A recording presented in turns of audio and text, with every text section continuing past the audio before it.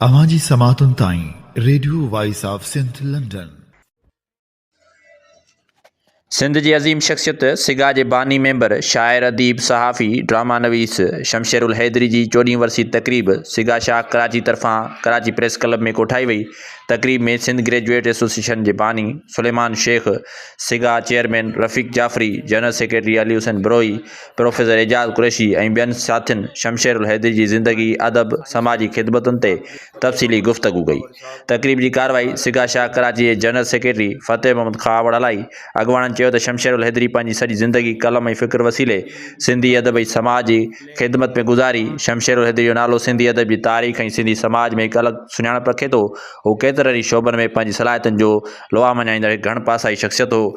शमशेर उल हैदरी जो कलम सिर्फ़ शाइरी ताईं महदूद न रहियो, हुन सहाफ़त में पिणु अहम ख़िदमतूं सर अंजाम ॾिनियूं। हिलाल पाकिस्तान खां वठी मेहरान रिसाले ताईं हुन एडिटर ऐं सहाफ़ी तौरु पंहिंजी मुनफ़रद सुञाणप क़ाइमु कई।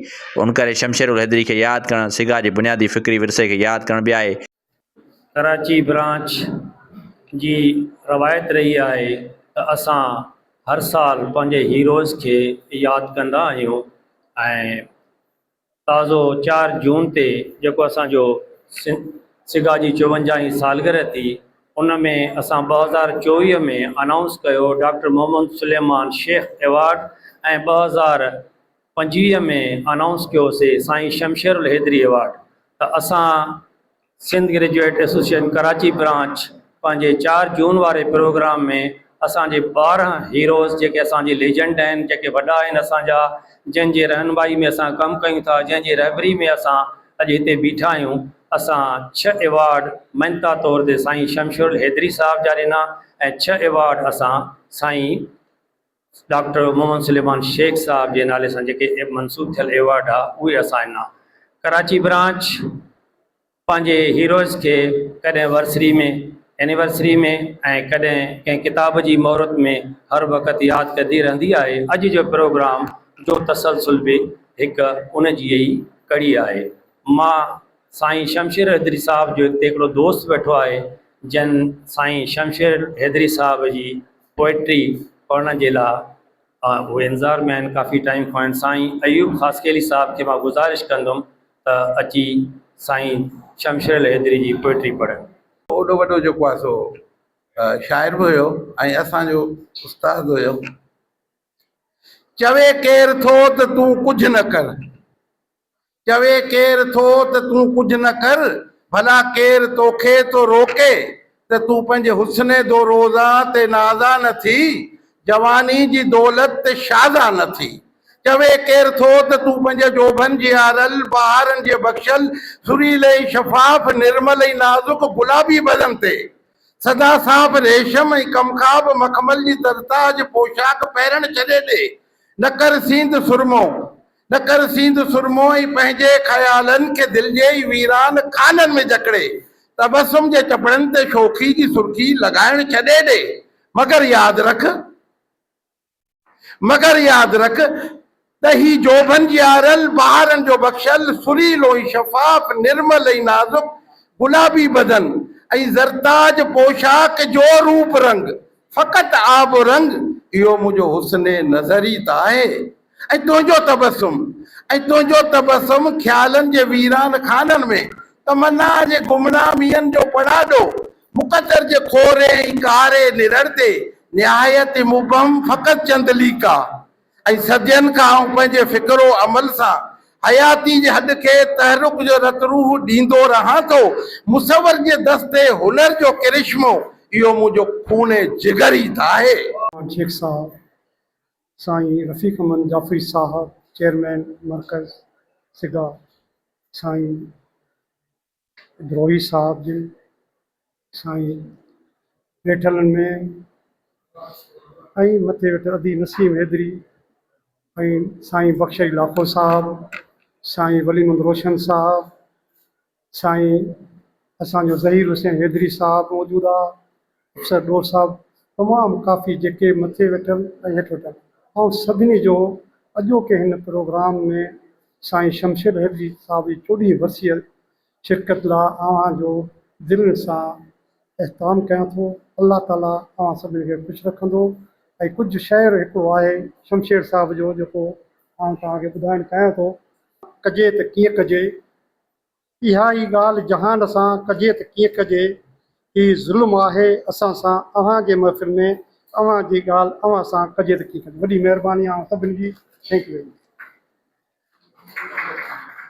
जो दर्स दुनिया खे असांजी इमामत ऐं मञो न मञो। ऐं साईं यूनिस महर साहब खे गुज़ारिश कंदुमि त साईं अचनि ऐं अची साईं शमशेरुल हैदरी साहब खे पंहिंजो ट्रिब्यूट पेश कनि।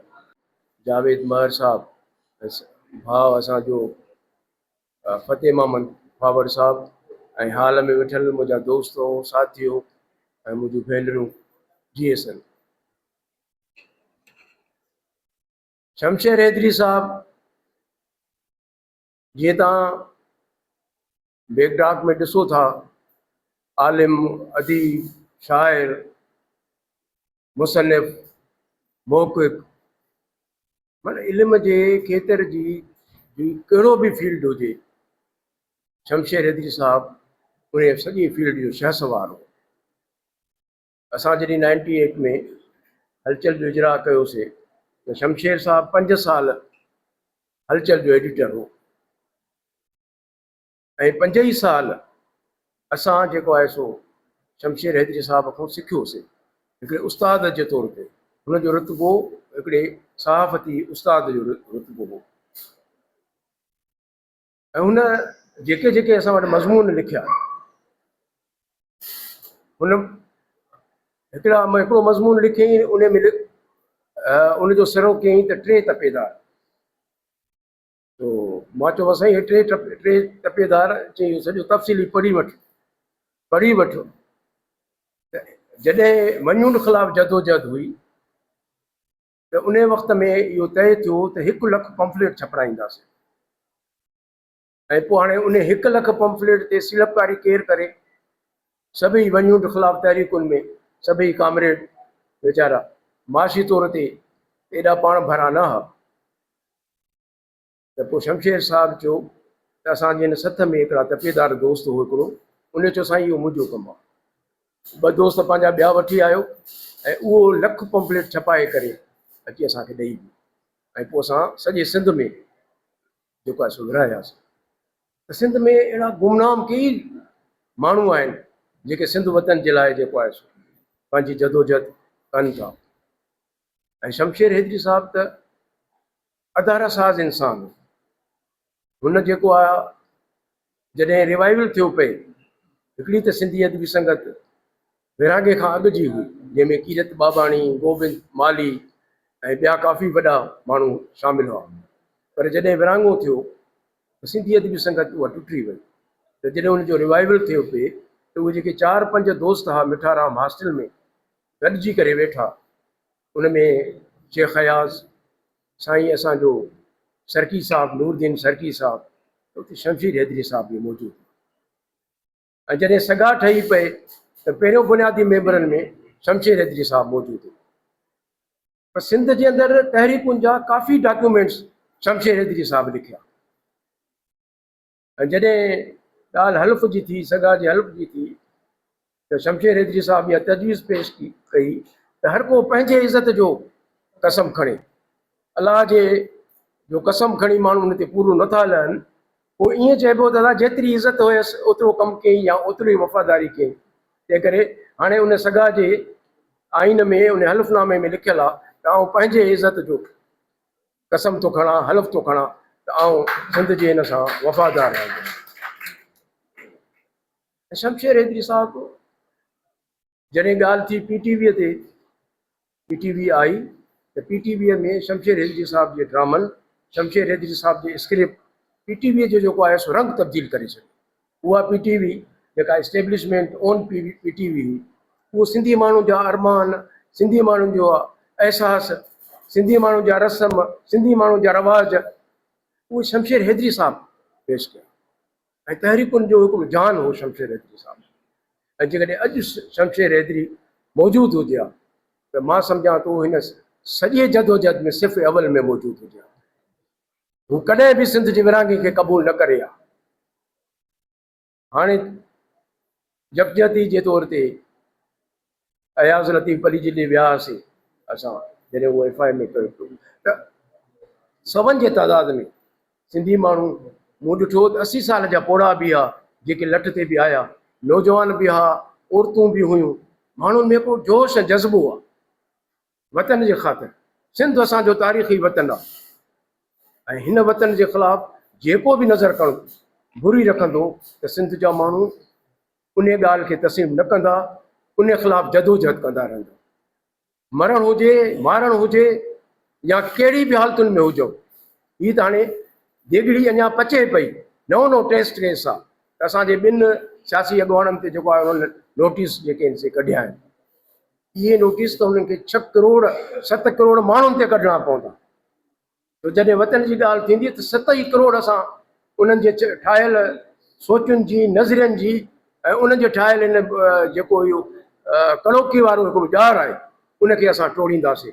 इहो असां सिंधी माण्हुनि जो अज़म आहे। हिकिड़े शमशेर हैदरी जे नंढे शागिर्द जे भेट जे हैसियत में मां इहो सम्झां थो त इहो असां सभिनी दोस्तनि जो फ़र्ज़ु आहे। ऐं हीअ जेका शमशेर हैदरी वारी ॿारियल शमा आहे, इहा शमा असांखे अॻिते खणी वञणी आहे। सिंध जी हिफ़ाज़त करणी आहे, सिंध जे हक़नि जी हिफ़ाज़त करणी आहे। असां त चवंदासीं त सिंध में जेके हुकुमरानी कनि था, जेके पाकिस्तान में हुकुमरानी कनि था, जेके सिंध जे हिसे जे तौर ते हुकुमरानी कनि था, उन्हनि खे बि पंहिंजो जेको आहे सोच, पंहिंजो नज़रियो वाज़िह करणो पवंदो। सिंध जा हुकुमरान चवनि था जेको अवाम जी मर्ज़ी हूंदी, बिलावल साहिबु चए थो जेका अवाम जी मर्ज़ी हूंदी, जे अवाम चाहींदो सूबा ठहंदा, जे अवाम चाहींदो सूबा न ठहंदा। भाई बाक़ी लीडर जी कहिड़ी राय हूंदी आहे? लीडर छाजे लाइ आहिनि? लीडर त गस ॾसींदा आहिनि, लीडर त रस्तो ॾसींदा आहिनि, लीडर त मजमा कठा कंदा आहिनि ऐं लीडर त जेको आहे सो कारवा ठाहे करे जदोजहद कंदा आहिनि। जॾहिं तुंहिंजी पंहिंजी राय ई कोन्हे त पोइ तूं कहिड़ो सिंध जो लीडर आहे? सिंध जे अवाम जे ॾुखनि जी कहिड़ी तुंहिंजो का पासदारी कंदे या उन जे ॾुखनि जो कहिड़ो तूं मुदाओ कंदे? बिल्कुलु न कंदे। जंहिंजे करे हाणे सियासत जॾहिं वतन जी ॻाल्हि थींदी त सियासत में हर कंहिंखे निशावर थी अचिणो पवंदो, निर्वार थी अचिणो पवंदो। हा, मां सिंधी आहियां ऐं मुंहिंजे मथां फ़र्ज़ु आहे त आउं सिंध वतन जी जेको आहे फ़र्ज़ु निभायां ऐं इनखे जेको आहे सो ॻाल्हि खे अॻिते वठी वञे। इहो ई शमशेर हैदरी साहिब जो पैगाम आहे। इन ई पैगाम खे असां अॻिते वठी वेंदासीं। सिंध जो तव्हां चओ था सिंध जो विरहाङो, असां को तव्हां सिंध जा ॿेट वठी सघिया हुयो? तव्हां सिंधूअ जो जेको आहे सो पाणी जो हिसो असां खां खसे था सघो? तव्हां बेईमानियूं कयो था, तव्हां अंदरूनी तौर ते केनालूं ठाहियो था, साज़िशूं कयो था, पर असां बि उन जे ख़िलाफ़ सेना सुपर रहंदासीं। सिंध असांजो तारीख़ी वतन आहे, इहो कंहिं बि असांखे न आहे ॾिनो। पाकिस्तान खे सिंध ठाहियो आहे, सिंध पाकिस्तान खे न आहे ठाहियो। तंहिं करे असां पाकिस्तान जा महिमान आहियूं ऐं सिंध जेका आहे उहा पाकिस्तान जी माउ आहे। जेको बि पंहिंजे माउ जो विरहाङो कंदो उहो पाण बि न रहंदो। हाणे माण्हुनि इहे नारा पिया हया त वफ़ाक़ कर ऐलान त सूबा खपई या पाकिस्तान। जेकॾहिं असांखे सुभाणे अहिड़ो को फ़ैसिलो बि करिणो पियो त सिंध जो अवाम इहो फ़ैसिलो बि कंदो। जंहिंजे करे असां सम्झूं था त असां सभई दोस्त गॾिजी सॼी कहिड़े बि मोर्चे ते हुजूं, सदा जो मोर्चो हुजे, सिंधी अदबी संगत जो मोर्चो हुजे, या असांजूं सियासी पार्टियूं हुजनि, असांजूं प्रेस क्लब बि हुजनि, असांजा जेके आहिनि से वकीलनि जा बार हुजनि, असां हिकु आवाज़ आहियूं। हिकु ई वतन, हिकु ई धरती, हिकु आवाज़। तव्हां सभु दोस्त ऐं जंहिं अख़बार में साईं शमशेर हैदरी कमु करे विया, उन्हनि जी चीफ एडिटर अदी हसीना जतोई खे गुज़ारिश आहे त उहा अची ऐं साईं शमशेर हैदरी खे ट्रिब्यूट पेश कनि। अदा फ़तह महमूद मूंखे अचानक घुरायो, मूंखे ॿुधायां त मां शमशेर जो साहिब जो काफ़ी यादगिरियूं मूं वटि आहिनि, उहे मां संभाले आहिनि मूं वटि रखियल, मां खणी अचां। पर तव्हांखे मुख़्तसर ॿुधायां ऐं मां ॿुधाए चुकी आहियां पहिरियों बि त शमशेर साहिब जो छा ज़िक्र कजे। हिकु त असांजी पाण हूअ असांजी फैमिलीअ जा हुआ। असांजो घरु हुननि जो घरु गॾु ई हुयो। पाकिस्तानी क्वार्टर्स अॼु ॾींहं ताणी बि गॾु था रहूं। त हुन जो ऐं असांजो जेको असां वेठो आहे चेयरमैन साहिबु जाफ़री साहिबु, इन्हनि सां त असांजा पुराणा सम्झो त रिश्ता, पंहिंजे घर वारियूं मोहबतूं, हिकु प्लेट में गॾु खाइण वारा हुआसीं। ईअं ई अचानक मुंहिंजी अख़बार मुंहिंजे घर वारे जेकी लॉन्च कई आज़ाद जतोईअ, त त हुनखे अलाह सां एतिरी मोहलत न ॾिनी त हू पंहिंजो हलियो वियो ऐं सॼो भार मुंहिंजे मथां अचे पियो। पोइ उन दौरान असांजे मुंहिंजो भेणी वे मजीद साहिब चयो शमशेर साहिब खे त साईं हाणे असांजी साली अकेली थी पई आहे त भला तव्हां वेठा आहियो त यकदमि तव्हां यकीन कयो त ओॾी महिल ई मां पंहिंजे ऑफिस में वेठी आहियां ईअं अची मूंखे सलाम कई। मां चवण ईअं ई आयो हूंदो शमशेर साहिब जा असांजा पुराणा आहिनि, असांजो वॾो आहे, अॼु शायदि मुंहिंजो ऑफिस जिथे घुमणु आयो आहे। पोइ चईं त न अॼु खां पोइ तूं फ्री आई ऐं कमु मूंखे करिणो, मां एडिट रही हिते पाण कंदुसि।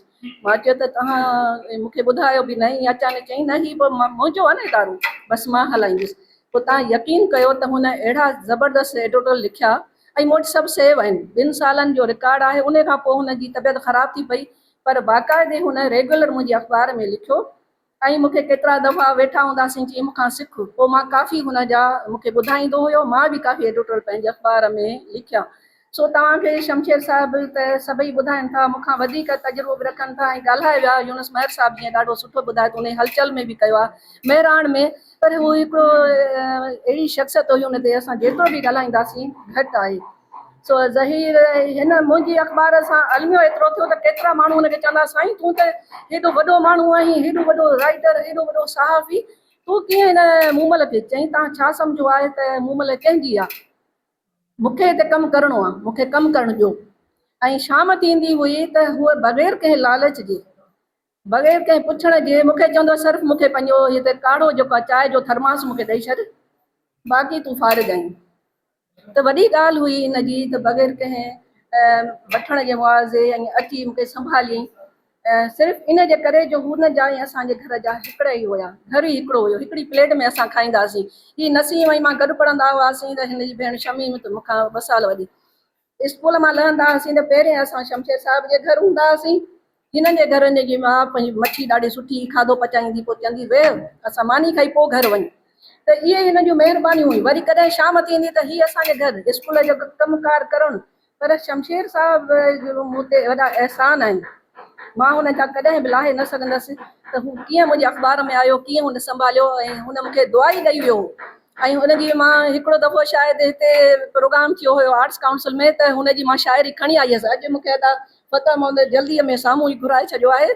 तव्हां यकीन कयो त उनजी शाइरी, उनजी राइटिंग सभु मूं वटि महफ़ूज़ आहे। ऐं ॿियो रिकॉर्ड त अख़बार जो हमेशह हूंदो आहे, उहो मूं वटि आहिनि। सो तव्हांखे इहो ॿुधायां त हुन जो अगरि मूंखे ॿुधाए न त तव्हांखे कुझु ॻाल्हाइणो त तव्हांजी शाइरी बि उन्हनि खे तव्हांखे मां ॿुधायां हा, जेको अॻी कंहिं मौज़ू में मूं तव्हांखे सभिनि खे खिलायो हुयो त शमशेर साहिबु जॾहिं ईंदो त रोज़ु मूंखे हिकिड़ो शेर लिखी ऐं छॾे हलियो वेंदो। मां चवां त साईं हे शमशेर साहिबु शेर हिकिड़ो मुंहिंजे लाइ छो थो लिखी वञे? मां चवां त हीअ मूं ते थो शाइरी करे? पोइ चई हा ही तो ते थो कयां। पोइ मां हुनजे किताब में उहे शाइरियूं पढ़ियूं, अक्सर मूंखे ॾेई वञे डेली शाइर। मां चवांसि त अलाए मां मूं ते थो शाइरी करे, पोइ थोरी मां शक जा। पोइ मां ॾिठो त हिनजी शाइरी किताबनि में आहे, लाट में वरी ॿीहर छपियो आहे हुनजो किताब। सो तव्हां ॾिसो न हुनजूं ख़ूबियूं ऐं हुनजो दिमाग़। पोइ मूंखे चयईं त तोखे लिखिणो आहे ऐं बाक़ाइदो हुन मूंखे तूं अॻिते हली हिनखे पाण निभाईंदी ऐं करे वेंदीअ कमु। वरी कॾहिं कॾहिं चवंदो त भला छा लिखां, तोखे इश्तिहार घटि था मिलनि, फलाण कीअं हलायूं, भला मां सख़्तु लिखां? मां साईं सख़्तु लिखंदो त अख़बार ई बंदि थी वेंदी। वरी चुप कर। मां चयो अहिड़ो तव्हां लिखंदो गवर्नमेंट जे ख़िलाफ़ु त पोइ मुंहिंजी अख़बार ई कोन हलंदी। चईं त पोइ भला छा थी चवीं? मां चयो नॉर्मल कर, मिड़ई हलूं था, पोइ अलाह मालिक आहे ॾिसंदासीं। सो तव्हां सभिनी जी तमामु घणी महिरबानी। डॉक्टर साहिबु वेठो आहे अॼु, असांजा प्यारा प्यारा मुंहिंजा भाउ भेनरूं ऐं बिरोही साहिबु, महर साहिबु, असांजो इहे जावेद महर। उहो जावेद बि तव्हांखे वरी असांजी मूमल जो अगरि ज़िक्र करे त ॿुधाईंदो त शमशेर वटि मिलण सभु ईंदा हुआ, सभिनि मुंहिंजो इदारो ॾिठो। त तव्हां सभिनी जी घणी महिरबानी। ॿिए दफ़े मूंखे पहिरीं ॿुधाईंदा कयो त तव्हांखे ॻाल्हाइणो आहे। तारुफ़ जो मोहताज न आहिनि। साईं एजाज़ कुरैशी साहिब जन खे गुज़ारिश कंदुसि त अची साईं शमशेर साहिब खे ट्रिब्यूट पेश कनि। जो असां शमशेर जी वरसी मल्हायूं पिया, ॾींहुं मल्हायूं पिया। शमशेर हिकु सिंध जो अज़ीम इंसानु हो। पहिरीं मां इहो बि चवां थो।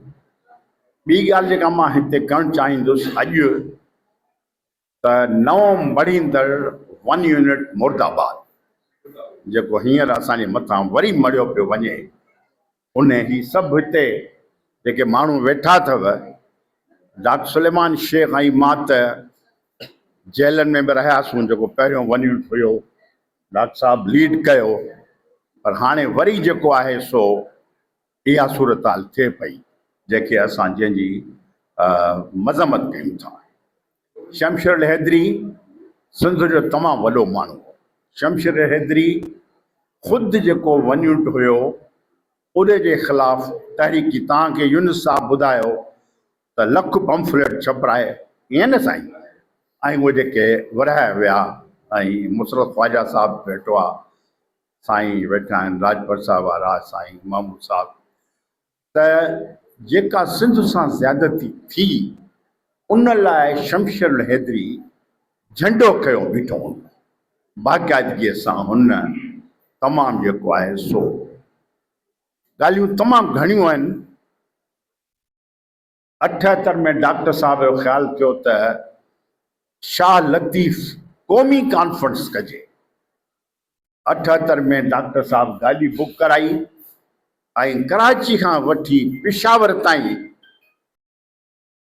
ऐं हिकिड़ो को ॿियो दोस्त, आउं लिखंदो वेंदुसि हिकु हिकु शइ, ऐं उहा वरी हली उते छपराइबी, ऐं इहो सॼी ॻाल्हि कंदासूं त सिंध कीअं जेको आहे सो मुल्क जो दौरो कयो ऐं छा थियो।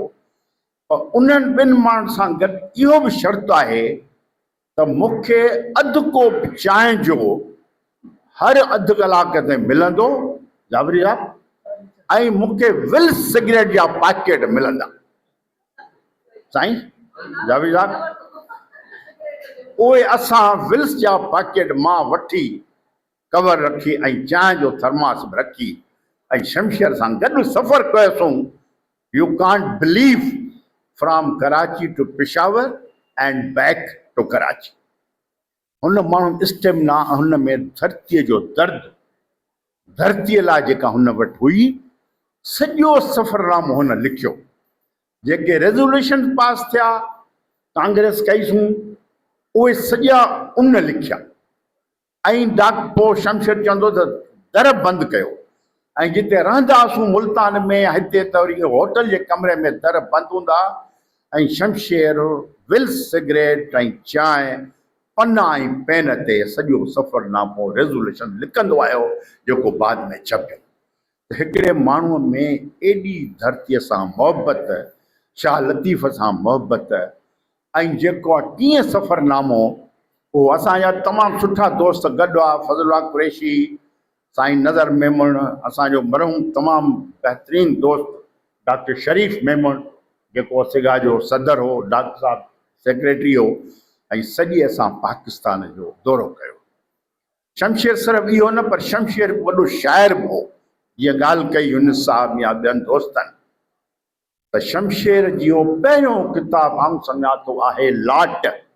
संदसि न्याणी वेठी आहे, पोइ लाट किताबु हिकिड़े ॾींहुं मूंखे पोस्ट में अची मिलियो, साए रंग जो मथां ऐं ॻाढ़ो हुनजो जेको आहे उहो अॼु ताईं मूं वटि पियो आहे, 50 साल थी विया।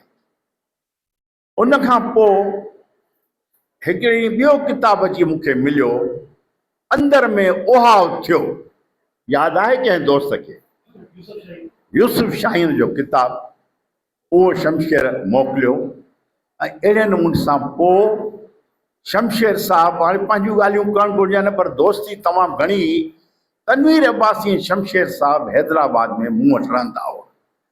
मुंहिंजे वालिद साहब मूंखे घरु ठाराए ॾिनो, ऐं उन हिकिड़ो कमिरो मूंखे ॾिनो, ऐं डॉक्टर साहब खे यादि हूंदो, ऐं उहो कुंड में कमिरो, बाथरूम, लाइब्रेरी।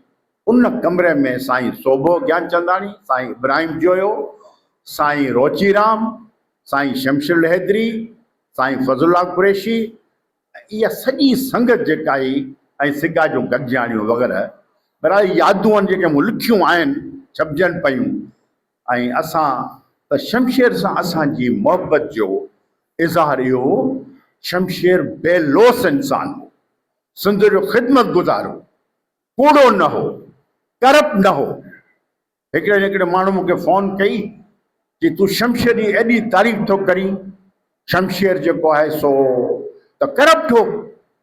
मूं चयो भाउ तूं मालूम कर, सॼी सिंध खां मालूम कर, मुल्क खां।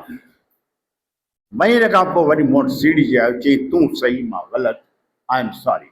Shamsher was a real Sindhi, a real man, हिकिड़ो सचो इंसानु हुन धरतीअ सां मोहबत करण वारो। ऐं अॼु असांखे तमामु घणी ख़ुशी थी आहे त शमशेर जो ॾियारो बल्कि हर साल मल्हाइजे। पर मां त रफ़ीक साहब खे कंदुसि त बाबा सिगा में जेके पैसा अथव कुझु कढी शमशेर साहब ते हिकु थुल्हो वॾो किताबु, इहे जेके यादूं असां ॿुधायूं था न, इहे कढणु घुरिजनि। बरोई साहिब ॿ लीडर वेठा आहिनि, छो त उन खां सवाइ न त इहे यादूं रहिजी वेंदियूं, हर को माण्हू हलियो वेंदो, शमशेर बि हलियो वियो। उहे सभु शयूं जेके आहिनि, ऐं असांजा दोस्त शम्स जाफ़रानी साहब वेठो आहे, सॼी संगत वेठी आहे। अलाह ताला शमशेर खे जन्नत में जाए ॾींदो ऐं तव्हांखे हिमत ॾींदो त तव्हां गॾिजी पाण गॾिजी शमशेर जा इहे कम कंदा रहंदा। वॾी महिरबानी। असांजो नौजवान फ़नकार साईं सदाम राजवर साहब जन मौजूदु आहिनि, जेके साईं शमशेर उल-हक हैदरी जो गीत जेको आहे सो सुठे अंदाज़ सां पेश कनि था। ऐं गुज़ारिश कयां साईं सदाम राजवर साहब खे त अचनि ऐं अची साईं जी शाइरी मां कुझु असांखे ॿुधाइनि। हिकिड़ा ॿ तख़यल आहिनि, उहे तव्हां सभिनी जी नज़र था कयो। फ़क़त इशारे छॾियो त वहवा मुआजी यारे छॾियो त वहवा फ़क़त इशारे छॾियो त वहवा मुआजी यारे छॾियो त वहवा अवां त विसरण जा कीन आयो अवां त विसरण जा कीन आयो अवी विसारे छॾियो त वहवा फ़क़त इशारे छॾियो त वहवा मुआजी यारे छॾियो त वहवा नज़र जा कैदी अॻे ई आहियूं अञा बि मारे छॾियो त वहवा अव्हां जे हथ में बि ज़हर हूंदो मगर पियारे छॾियो त वहवा असांजी हसरत अव्हां जी मर्ज़ी ईअं तारे छॾियो त वहवा फ़क़त इशारे छॾियो त वहवा मुआजी यारे छॾियो त वहवा ही आब अखियुनि जो आब आहे अखियुनि में वारे छॾियो त वहवा नई लहर बेपनाह आहे बहर बिहारे छॾियो त वहवा घुरे थो शमशीर हक जीअण जो उन्हीअ खे मारे छॾियो त वहवा फ़क़त इशारे छॾियो त वहवा मुआजी यारे छॾियो त वहवा अव्हां त विसरण जा कीन आहियो अव्हां त विसरण जा कीन आहियो अवी विसारे छॾियो त वहवा फ़क़त जी यारे छॾियो त वहवा मुआजी यारे छॾियो त वहवा। गुज़ारिश कयां असांजा साईं मोहतरम ज़हीर हैदरी साहब जन खे 14 किताबनि जा साईं मुसन्निफ़ आहिनि। लास्ट ईयर साईं असांजे प्रोग्राम में आया, वरी साल में पूरे थियण ते वरी अॼु ॿीहर आहिनि त मयार था ॾियनि। साईं खे गुज़ारिश कंदुसि त अचनि ऐं साईं शमशेर हैदरी साहब मुंहिंजी तकरीर जी शुरूआत ख़ुदा शमशेर जे हिन शहर सां करियां थो। कंहिं तरह असां ज़ुल्म जा क़ाइल न थियासीं, कंहिं तरह असां ज़ुल्म जा क़ाइल न थियासीं। ज़ंजीर खां वधि पंहिंजो को दमसाज़ न आहे। हर थियूं अचनि वक़्त जी सूरीअ जो सदाऊं। हिन वक़्तु जेको हालात हलनि पिया, हर वक़्तु ये बार बार शइ वक़्तु अचे थो, बार बार सूरी जूं सदाऊं अचनि थियूं। हर थियूं अचनि वक़्त जे सूरी जूं सदाऊं। अफ़सोस अनल हक़ जो आवाज़ न आहे। अदा शमशेर मुंहिंजो सौटु हो, मुंहिंजी पुफी जो पुटु, मुंहिंजे मामे जो पुटु, ऐं हुनजी पुफी जो पुटु, ऐं हुनजे मामे जो पुटु। पर इहे रिश्ता वरी जॾहिं अदब सां वाबस्ता थिए थो, शाइरी सां, फ़िक्र सां, इनकलाब सां, नज़रिए सां, त पोइ उन्हनि में जेको आहे सा रिश्तनि खां अॻिते वधी ऐं हिकिड़ा नवां रिश्ता क़ाइमु थी था वञनि। ऐं शमशेर हैदरी एतिरो महान माण्हू हो जो उन खे पंहिंजे ज़ाती रिश्तनि खां वधीक जेको नज़रियाती रिश्तो आहे उहो जेको सो वधीक पंहिंजो बनायो थियो। शमशेर हैदरी शाइर हो या अदीब हो, मोरोस जेकॾहिं नसर लिखंदो हो, पर उन में बि मज़ाहिमती किरदार हो। मज़ाहिमती बेड़ो जो हू चाहे अमरियत जो दौर हुजे या जुड़तू जमहूरियत जो दौर हुजे, शमशेर हैदरी किथे बि पंहिंजे कदमनि खे जेको आहे सो कंहिं वॾी ताक़त जे मुक़ाबले में साम्हूं जे करे आयो त हुन ते केरु आङर खणी कोन थो सघे त हू किथे न किथे जेको लुॾियो हुजे, किथे हुन जूं टंगूं कंबियूं हुजनि या हुनजी आवाज़ में का जो लफ़्ज़शाही हुजे, हुन पंहिंजे लफ़्ज़नि खे, पंहिंजे कलम खे महसूस करायो। हू कलम जो धणी आहे, रुगो कलम जो धणी न आहे पर मुजस्समे कलम में अंदर जेको सो ख़ुदि मुजस्समे कलम बणिजी वियो। हू ख़ुदि कलम हो। हुन पंहिंजे पाण खे हिकिड़ो सिंबल बनायो त कंहिंजी ख़ुशामद कोन कबी, कंहिंजी चमचागिरी कोन कबी, ऐं उन खे हुन आख़िर ताईं निभायो। हुन हमेशह इहो चयो त पहाड़ जहिड़ा इरादा रखां थो सीने में, पहाड़ जहिड़ा इरादा रखां थो सीने में, हवा जे ज़ोर खां ज़्यादा ई हौसलो आहे। इहो फ़क़ति शाइरी कोन हुई, मुबालगो कोन हो, पर हुन मरण जी आख़िरी घड़ी ताईं इन लफ़्ज़नि खे पाणी ॾिनो त हवा जे ज़ोर खां ज़्यादा ई हौसलो रखां थो, ऐं हुन उन हौसले खे निभायो हो।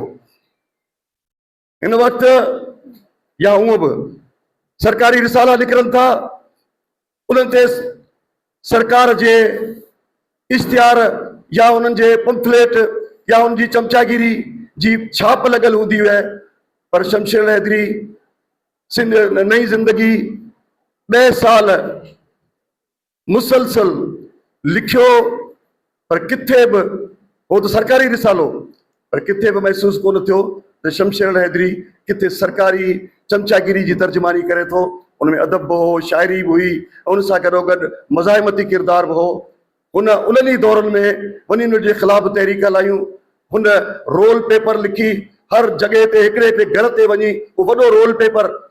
हिन वक़्तु जदीद दौर आहे, नयूं नयूं मशीनूं अची वियूं आहिनि, फोटो स्टेट मशीनूं कोन हुयूं, रोल पेपर, ग़रीब माण्हू, गाॾियूं कोन हुयूं, मोटरूं कोन हुयूं, दर दर ते पहुचणु, सॼी सिंध में दौरा करणु चवणु सवली ॻाल्हि आहे, पर थोरो महसूस करियो उन कैफ़ियत खे त हुन कीअं वियो हूंदो, कॾहिं निकितो हूंदो। वॾो माण्हू कोन हो, मौला ते नंग, जिते बि वियाई इन नमूने सां कमु करे, ऐं उहो जेको रोल पेपर सदर अयूब ताईं पहुतो, वञी उन जे ख़िलाफ़ जेको उन कमु कयो। वक़्तु न आहे जेकॾहिं उन ते मुसलसल ॻाल्हाइजे, पर हुन हमेशह पंहिंजो पाण खे जेको आहे सो मञरायो।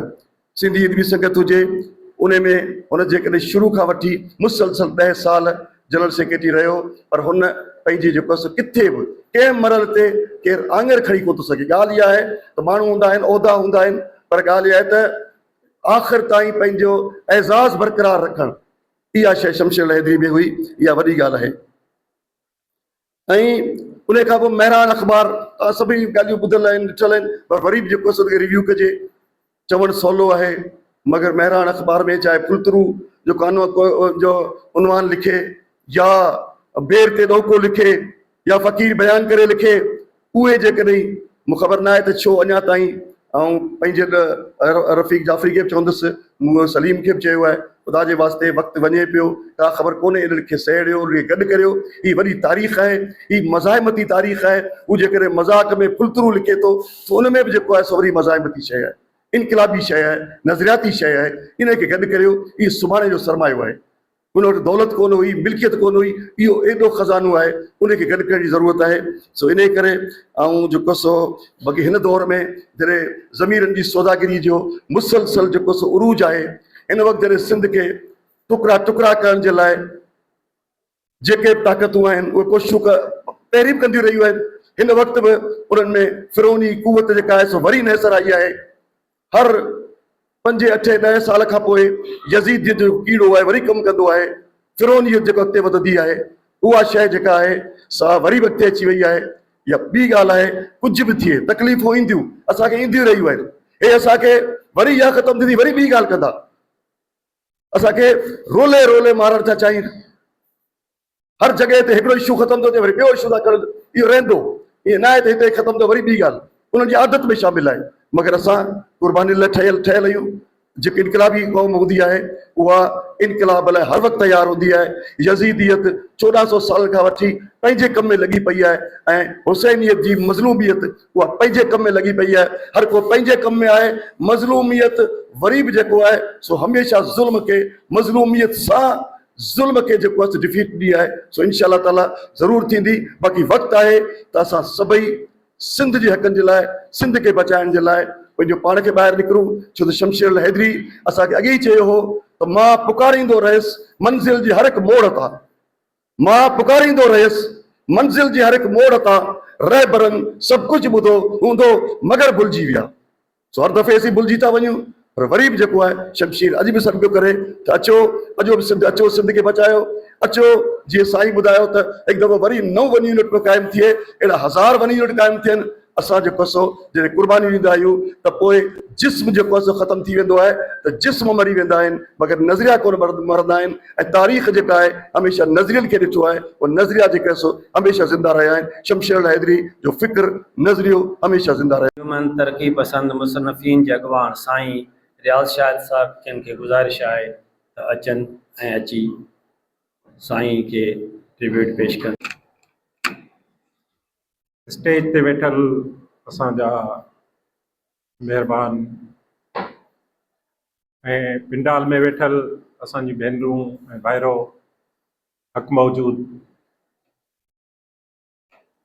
मुंहिंजे ख़्याल में सिंध जे हवाले सां एॾा वॾा किरदार असां वटि आहिनि। उन्हनि में मां त ईअं चवंदुसि त शमशेर हैदरी साहब, उन जी जेकी हिकिड़ी जेकी वॾी ॻाल्हि इहा आहे जेकी असांखे नज़र अचे थी, उहा तसलसल आहे मिर्ज़ा कलीच बेग जो, जंहिं सिंधी अदब खे मुख़्तलिफ़ सन्फ़नि में मालामाल कयो। उहा शाइरी हुजे, ड्रामा हुजनि ऐं अदब जूं ॿियूं जेके सन्फ़ूं हुजनि, उन्हनि ते एतिरो लिखियो। अहिड़े नमूने सां शमशेर हैदरी बि असांखे उहे ई शयूं ॾिनियूं जेके मिर्ज़ा कलीच बेग जो तसलसल हुयो। मां सिर्फ़ु कुझु ॻाल्हियूं कंदुसि, छाजे करे जे काफ़ी दोस्तनि ॻाल्हायो आहे। शमशेर हैदरी जो किरदारु अदब जे हवाले सां, अदब में तरक़ी पसंदी जे हवाले सां मां इहो चवंदुसि त उहो मुंड खां वठी ईअं हो जीअं मोहम्मद इब्राहिम जोए जो हुयो, जीअं असां वटि सूबे ज्ञान चंदाणी जो हुयो, असांजा गोबिंद माली हुयो। अहिड़े क़िस्म जो हुन जो बि किरदारु हो। ऐं 86 में मूंखे यादि आहे जॾहिं अंजुमन तरक़ी पसंद मुसन्निफ़ीन जी गोल्डन जोबली मल्हाई वई हुई, त असांजा केतिरा ई जेके लेखक हुआ उन्हनि इन्ही हवाले सां पंहिंजे हवाले सां जेको आहे उन में हिकिड़ो जेको आहे पेपर खणी आया हुआ।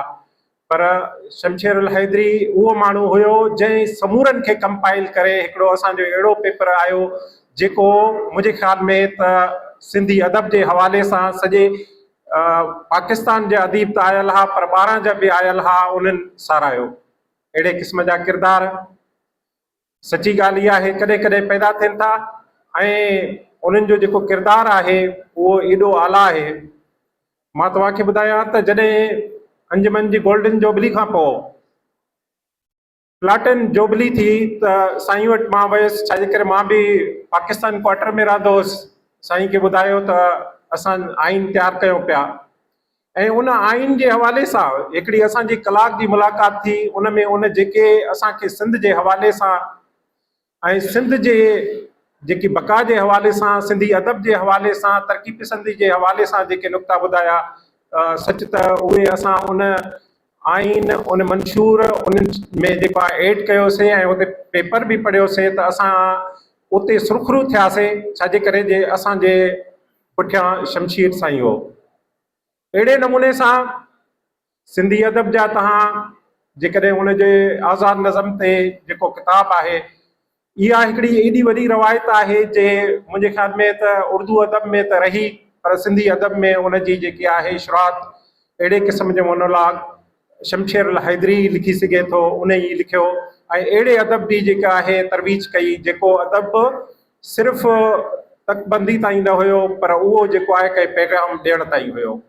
ऐं अॼु असीं जॾहिं गॾु थिया आहियूं त असां इहो ई चवंदासीं त असांजे अदीब जो बि किरदारु ओड़ो ई हुअणु खपे जहिड़ो शमशेरुल हैदरी जो हुयो, जंहिंजो वन यूनिट जे ख़िलाफ़ ऐं उन मुहाज़न खे संभालण जे हवाले सां हुयो।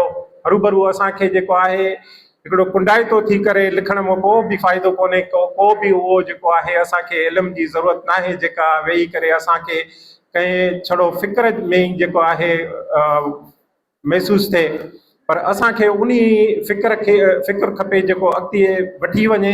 अहिड़ो फ़िक्र जेको अॼु जो जेके सिंध जूं हालतूं आहिनि, सिंध जो जेको आहे वन यूनिट खां वठी उनखां बि अॻु जेको आहे सिंध खे जॾहिं मर्ज कयो वियो हुयो या जेको आहे हिते क़ाइमु कयो वियो हुयो गादी जो हंधि, उन खां वठी असां जेको आहे डोलावा ॾिसूं पिया ऐं इहे ई चंद अदीब हुआ जन जेको आहे अहिड़े क़िस्म जे अमल खे रेज़िस्ट बि कयो। अॼु त माशाअल्लाह असां वटि अहिड़े क़िस्म जा जेको आहे रेबर बि वेठा नी ऐं असां ॾिसूं था त असांजा जेके उहे जेके अॻुवान आहिनि जेके जंहिं नमूने सां अख़बारुनि में लिखनि था, जेके हक़ सच लिखनि था, हलचल मुंहिंजे ख़्याल में असां हर ॾींहुं पढ़ूं था। अहिड़े क़िस्म जी जेके आहे असांखे तरवीज बि मिलणु खपे, अहिड़े क़िस्म जी राह बि मिलणु खपे, न त असां ज़ाहिर आहे नापीद थींदासीं ऐं नापीद तॾहिं थींदासीं जॾहिं असां शमशेर जे रस्ते खे छॾींदासीं।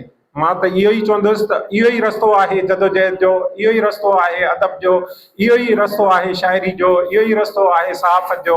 साईं ॾाढो सुठो ज़िक्र कयो ऐं सची ॻाल्हि इहा आहे त जॾहिं हिकिड़े अहिड़े दौर में जॾहिं शमशेर साईं खे जेको आहे मेरान जो एडिटरी जो मौक़ो मिलियो त उते बि असांजे जेके आहे जेके असांजे जेके जंहिं नमूने सां तर्जुमानी थी, मुंहिंजे ख़्याल में उहा अॼु बि माना ॻणाइण जहिड़ी आहे, छाजे करे जे उन्हनि अख़बारुनि खे बि हुन अॻिते वधायो। असांजे अदीब खे, असांजे आलमनि खे, असांजे जेको आहे समाजी कारकुननि खे, असांजे सियासतदाननि खे बि इन हवाले सां अॻिते वधणु करे तव्हांजी वॾी महिरबानी। वॾी महिरबानी। सिंध ग्रेजुएट एसोसिएशन जे अॻूणे चेयरमैन, अॻूणे सेक्रेटरी जनरल एवरग्रीन शख्सियत साईं वली मोहम्मद रोशन साहब खे गुज़ारिश कंदुसि त साईं अचनि ऐं साईं शमशेरुल हैदरी साहब खे पंहिंजो ट्रिब्यूट पेश कनि। असां हूअ एतिरी कद्दावर शख्सियत आहे जो शायदि असां हुनजे गोॾनि ताईं बि पहुची कोन था सघूं। शमशेरुल हैदरीअ जा ज़िंदगीअ जा त अलाए केतिरा पासा आहिनि। मूंखे एज़ाज़ इहो हुयो त सिंध ग्रेजुएट एसोसिएशन में शमशेरुल हैदरी मुंहिंजो रहबर ऐं मुंहिंजो रहनुमा रहियो ऐं सदाईं मूंखे ऑफिस जे कम खां वठी ॿोलीअ ताईं मुंहिंजी रहनुमाई कंदो रहियो। शमशेर हैदरी साहब हिकु दफ़ो टेलीविज़न खां इंटरव्यू, तॾहिं PTV हूंदो, ॿियो त को हूंदो कोन हुयो। टेलीविज़न खां इंटरव्यू पे आयो, उनजे पस मंज़र में वाक़ियो मां पोइ थो ॿुधायां, पर साईं जी गुफ़्तगू थो तव्हांखे ॿुधायां। त असांजी भाॼाई मरहुमा वेठल हुई हुते। साईं खां पुछो वियो, 2 सुवाल असांखे पुछूं था, तोखे जवाबु ॾियां। हिकिड़ो त तूं एतिरियूं ख़ुशूसियतूं तो में आहिनि, मुहक़िक़ बि आहीं, शाइर बि आहीं, अदीब आहीं, ऐं अञा हिकिड़ो साईं जो हिते को लिखियो वियो आहे, इहे सभु शयूं तो में कीअं आहियूं? पाण फरमाईंदो, मां नंढे लाइ निधड़ को हूंदो हुउसि, पर जॾहिं पोइ मूं थोरो कुझु उन ते खां पुछण जी कोशिशि कई, त मूंखे ख़बर पई त साईं नंढे लाइ कोई, जीअं असां अदा ॻाल्हि करे विया त पंहिंजे मामे वटि रहंदो हुयो, उनजी तरबियत में वॾो थियो। इहा निधड़काई कॾहिं कॾहिं निगेटिव हली वेंदी आहे,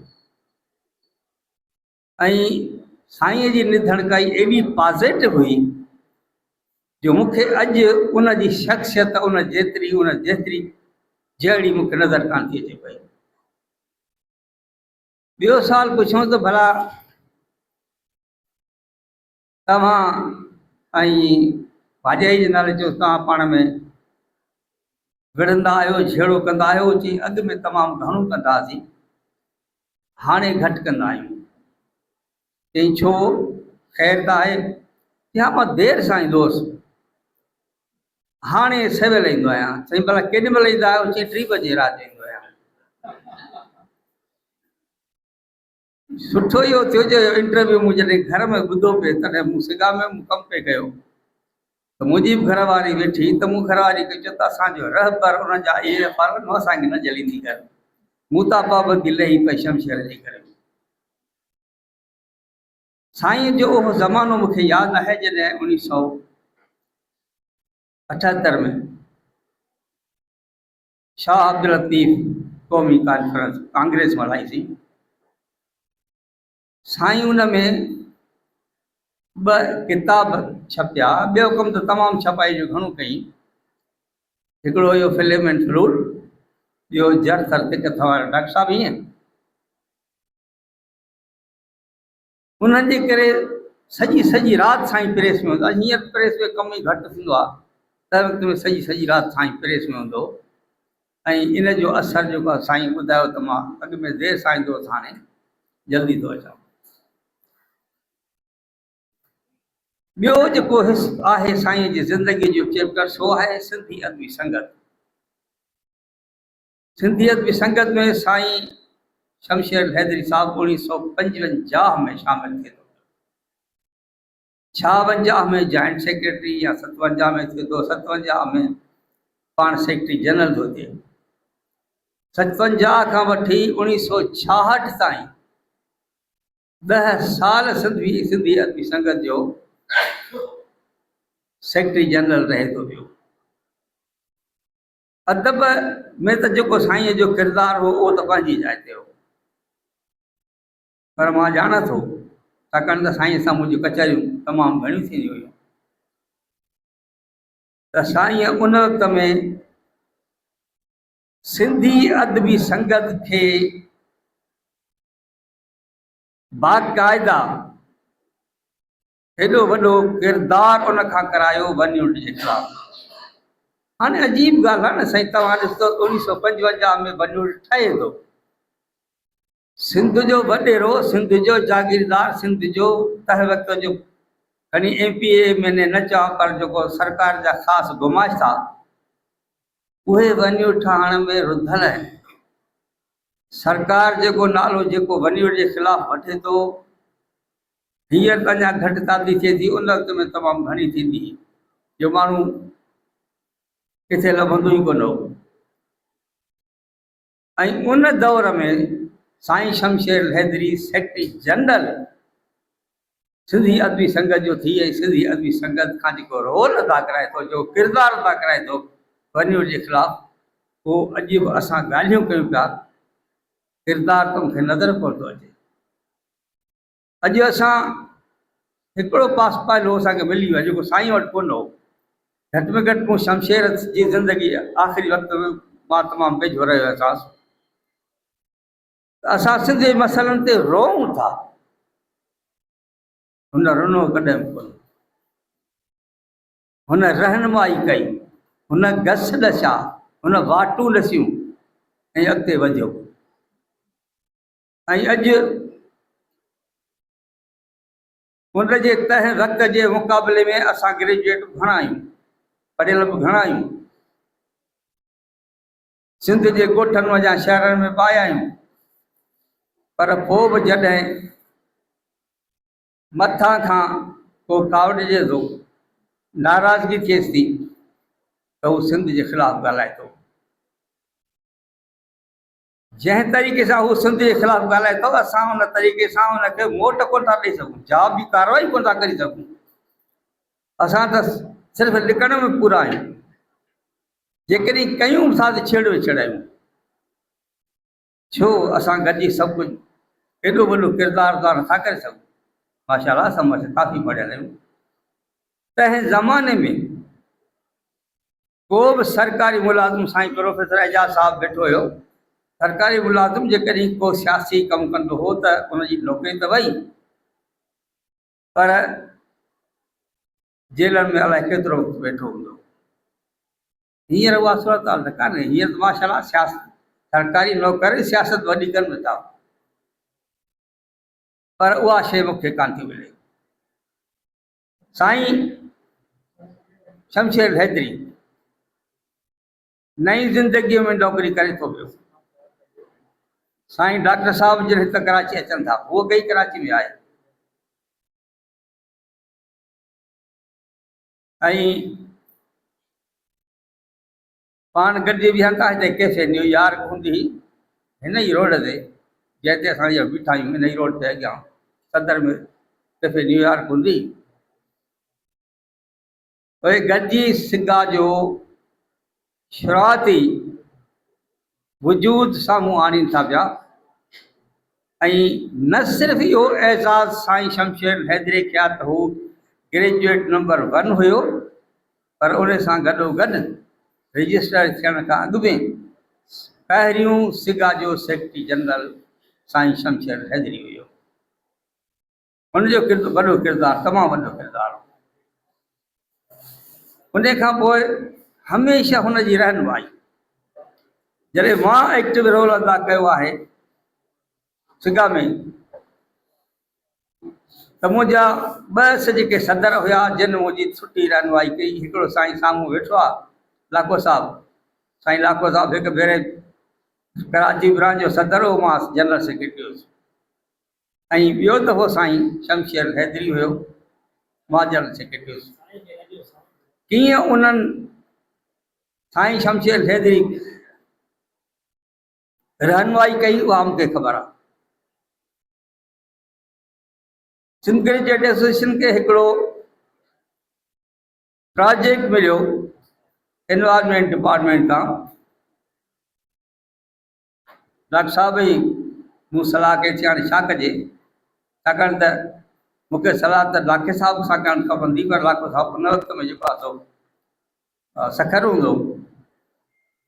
डॉक्टर साहब चयो त इहो प्रोजेक्ट मुंहिंजे ख़्याल में, असां ॿिनी चयो त शमशेर खां सवाइ ॿियो को नथो हलाए सघे। भला ॻाल्हाईंसि। शमशेर साहब खे मां टेलीफोन कयो त PTCL जा टेलीफोन त साईं जे घर में हूंदो, मां टेलीफोन कयो तव्हांसां। साईं कमु आहे, मूंखे टाइम ॾियो त मां अचां। शमशेर साहब मूंखे थो चए त कमु तुंहिंजो आहे या सिगा जो आहे, छाकाणि मां सेक्रेटरी जनरल हुयुसि। तुंहिंजो आहे या सिगा जो आहे? मुंहिंजी कमु सिगा जो आहे। की पोइ मां ईंदुसि, तूं छो मोटाईंदे? तुंहिंजो ज़ाती कमु हुजे हा त मां तोखे चवां हा त अचु, पर ही सिगा जो कमु आहे, मां ईंदुसि। पाण आयो आहे, डॉक्टर साहब बि मां वेठा आहियूं। चई मुंहिंजा शर्त आहिनि। कहिड़ा शर्त आहिनि? पहिरीं त मुंहिंजे टाइम जी पाबंदी मूं ते न हूंदी। तव्हांखे पर्चो टाइम ते खपे, सुहिणे नमूने सां खपे। ॿी, मां पंहिंजो असिस्टेंट पाण रखंदुसि, ॿियो को मूंखे न असिस्टेंट कंहिंखे रखिणो आहे। ॿियो शर्त जेको आहे सो वलीमनि सां वापसि आहे। डॉक्टर साहिब खे चयूं लेखा तूं छुटे, ठीकु आहे, उहो त मूंखे बि ख़बर हुई। साईंअ जी मूंखे हैरात कुन ॻाल्हि इहा आहे त जॾहिं बि लिखंदो त हुन वराए उनखे कॾहिं बि कोन ॾिठो त इहो किथे ग़लती आहे या किथे सही आहे। लिखंदो वियो लिखंदो वियो। केतिरनि हदनि ते मूंखे, केतिरनि जॻहियुनि ते मूंखे मुंहिंजी वई त सही कंदो, हीउ छा थो करे वियो, छा तो सिंधी कोन पढ़ी हुई? मां सिंधी ॿियो त कोन पढ़ियो आहियां, पर सिंधी फाइनल पास मूं ज़रूरु कई आहे। मूं चयोमांसि साईं तव्हांजी भला ॻाल्हियुनि में वेठासीं, क्वालिफिकेशन जी, यार मुंहिंजी का क्वालिफिकेशन कान्हे, पर मूंखे ख़बर आहे त हुन जहिड़ी सिंधी ऐं हुन जहिड़ी अंग्रेज़ी को लिखी कोन सघे। साईं लाखो साहिब साम्हूं वेठो आहे, हुनजी अंग्रेज़ी साम्हूं तमामु सुठी हूंदी। साईं जो जेको किरदारु सिंधी अदब खां वठी आहे, जेको सिगा में किरदारु हुयो, जीअं साईं सवेल एजाज़ कुरैशी साहिबु ॿुधाए वियो पाण, इहो किरदारु तमामु हुनजो वॾो हूंदो। हा, हुनजी हिकिड़ी गुंजाइश इहा हूंदी त मूंखे चांहि ॾियो, पर मुंहिंजे रंग जी का सुठी सुठी चांहि बि न, ऐं सिगरेट। हुनजी तमामु घणियूं ॻाल्हियूं अचनि थियूं, छाकाणि एतिरो घणो ॻाल्हाइबो त अञा वक़्तु अची वेंदो, पर हुनजे किरदार खे ॾिसी मूंखे लतीफ़ साईं जो बैत यादि अचे थो पियो, छाकाणि त मां हिन वक़्तु सिंध ग्रेजुएट एसोसिएशन जे प्लेटफॉर्म ते आहियां ऐं कराची ब्रांच जो BMC मेंबर आहियां, ऐं असांजी क़यादत मथे वेठी आहे। हक़ीक़त में जेको असांखे शमशेर जहिड़ी शख़्सियत लाइ जेकी कुझु असांखे करणु खपे, असां कोन था कयूं। इहो असां सभिनी जो, असां सभई ॾोह कयूं पिया। लतीफ़ साईं फरमायो त वियासे विंझार हीरो लाल विंधीन जे, कनी संदा पोयां सीहे लहन नसार, कुटीन कुट लोहार, हाणे उन्हीं भेणी। महिरबानी।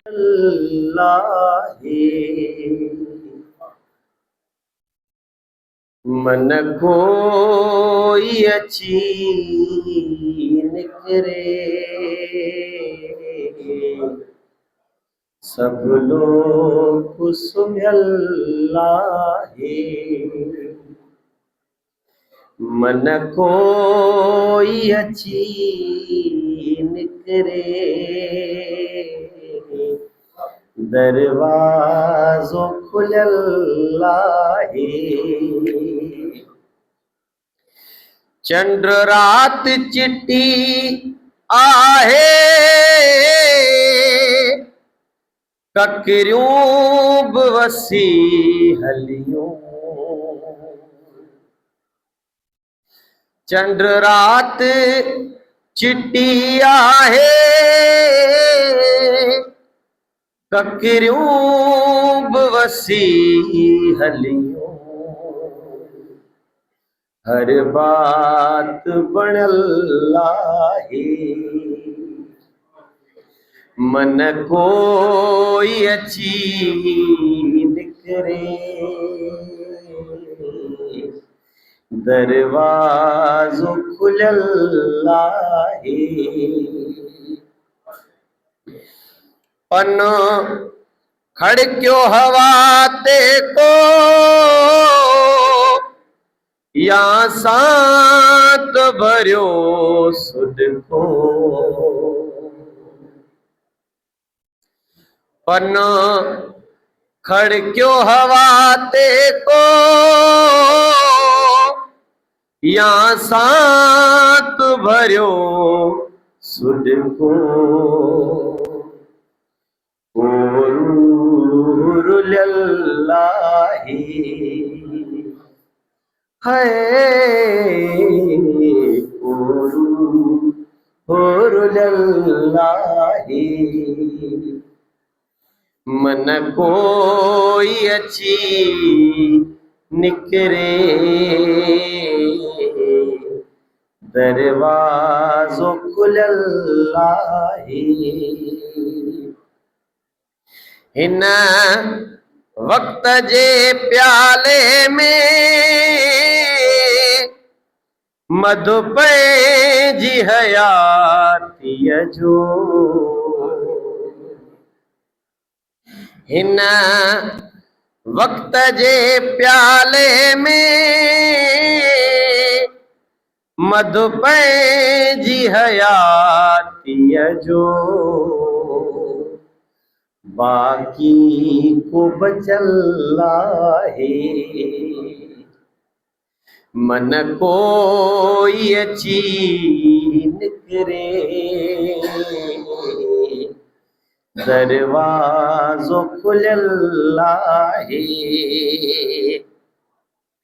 हिन बिरह जी बस्तीअ में शमशीर जे हो जोगी हिन बिरह जी बस्तीअ में शमशीर जे हो जोगी कुछ ॾींहं टिकियल आहे कुछ ॾींहं टिकियल आहे मन कोई अची निकरे सब लोग सुम्हियल आहे मन कोई अची निकरे दरवाज़ो खुलल आहे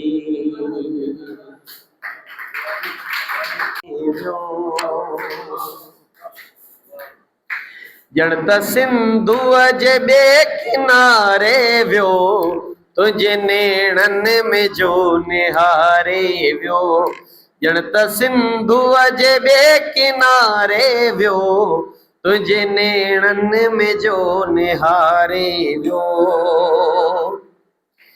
तुझे वारनि जो वास जंहिं वरितो तुझे वारनि जो वास जंहिं वरितो वक्त जी सींध खे संवारे वियो वक्त जी सींध खे संवारे वियो ॼण त सिंधुअ जे ॿिए किनारे वियो तुझे नेणनि में जो निहारे वियो अहिड़ो मुफ़लिस न कंहिं ॾिठो हूंदो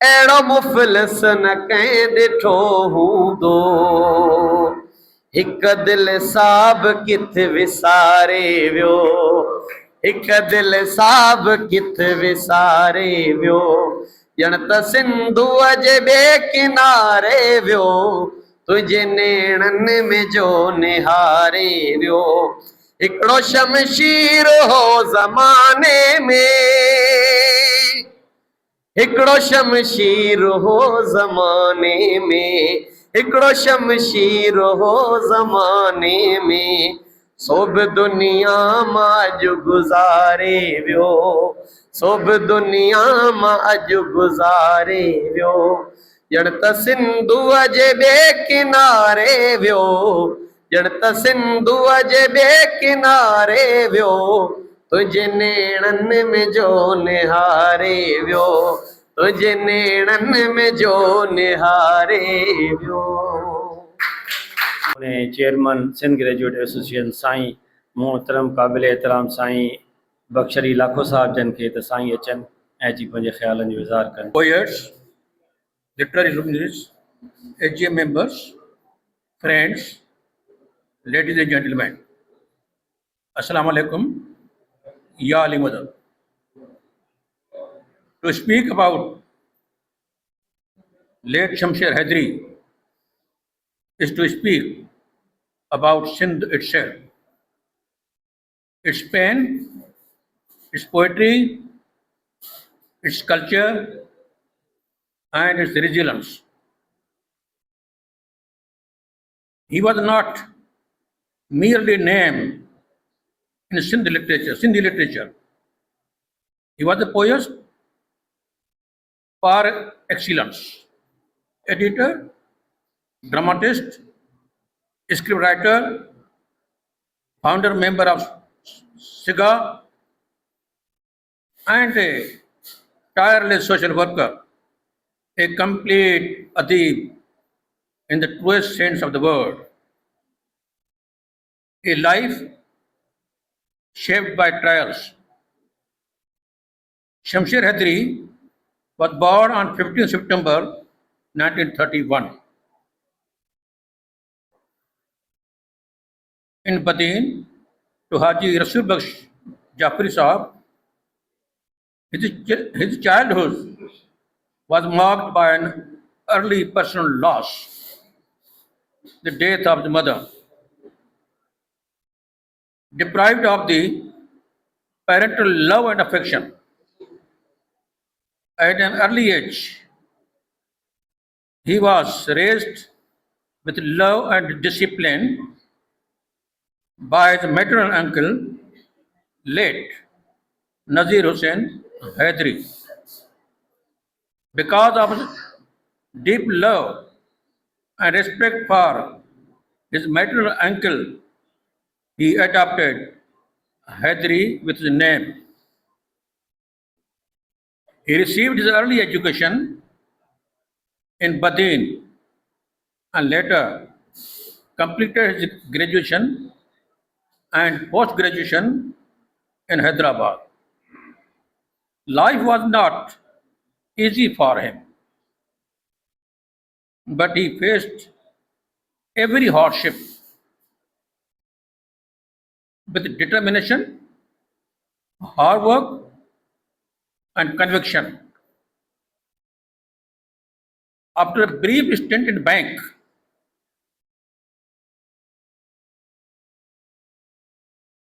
his inner calling took him towards the world of the words and literature. And the Sindhi literature was never the same again. The poet, the editor, and the wide voice of conscience. Shamsher Hedri wrote with clarity, courage, compassion. His poetry was simple, humane, progressive, rooted in Sufism and humanism. His work spoke against feudalism, poverty, and dictatorship, and stood firmly for the social justice and human rights.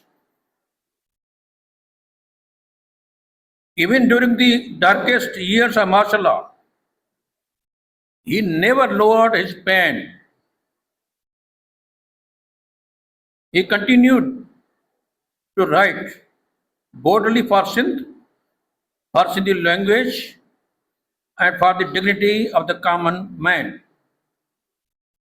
As the editor of Nai Zindagi, Mehran, Barsat, Hilal, Pakistan, he opened doors for new writers and used journalism to bring important social and cultural issues before the people.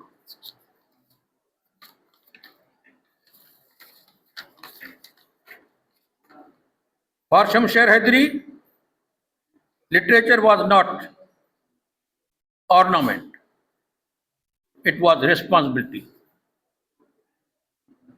During the formative years of PTV Karachi, Shamsher Hedri played a pioneering role as a scriptwriter, dramatist, and producer.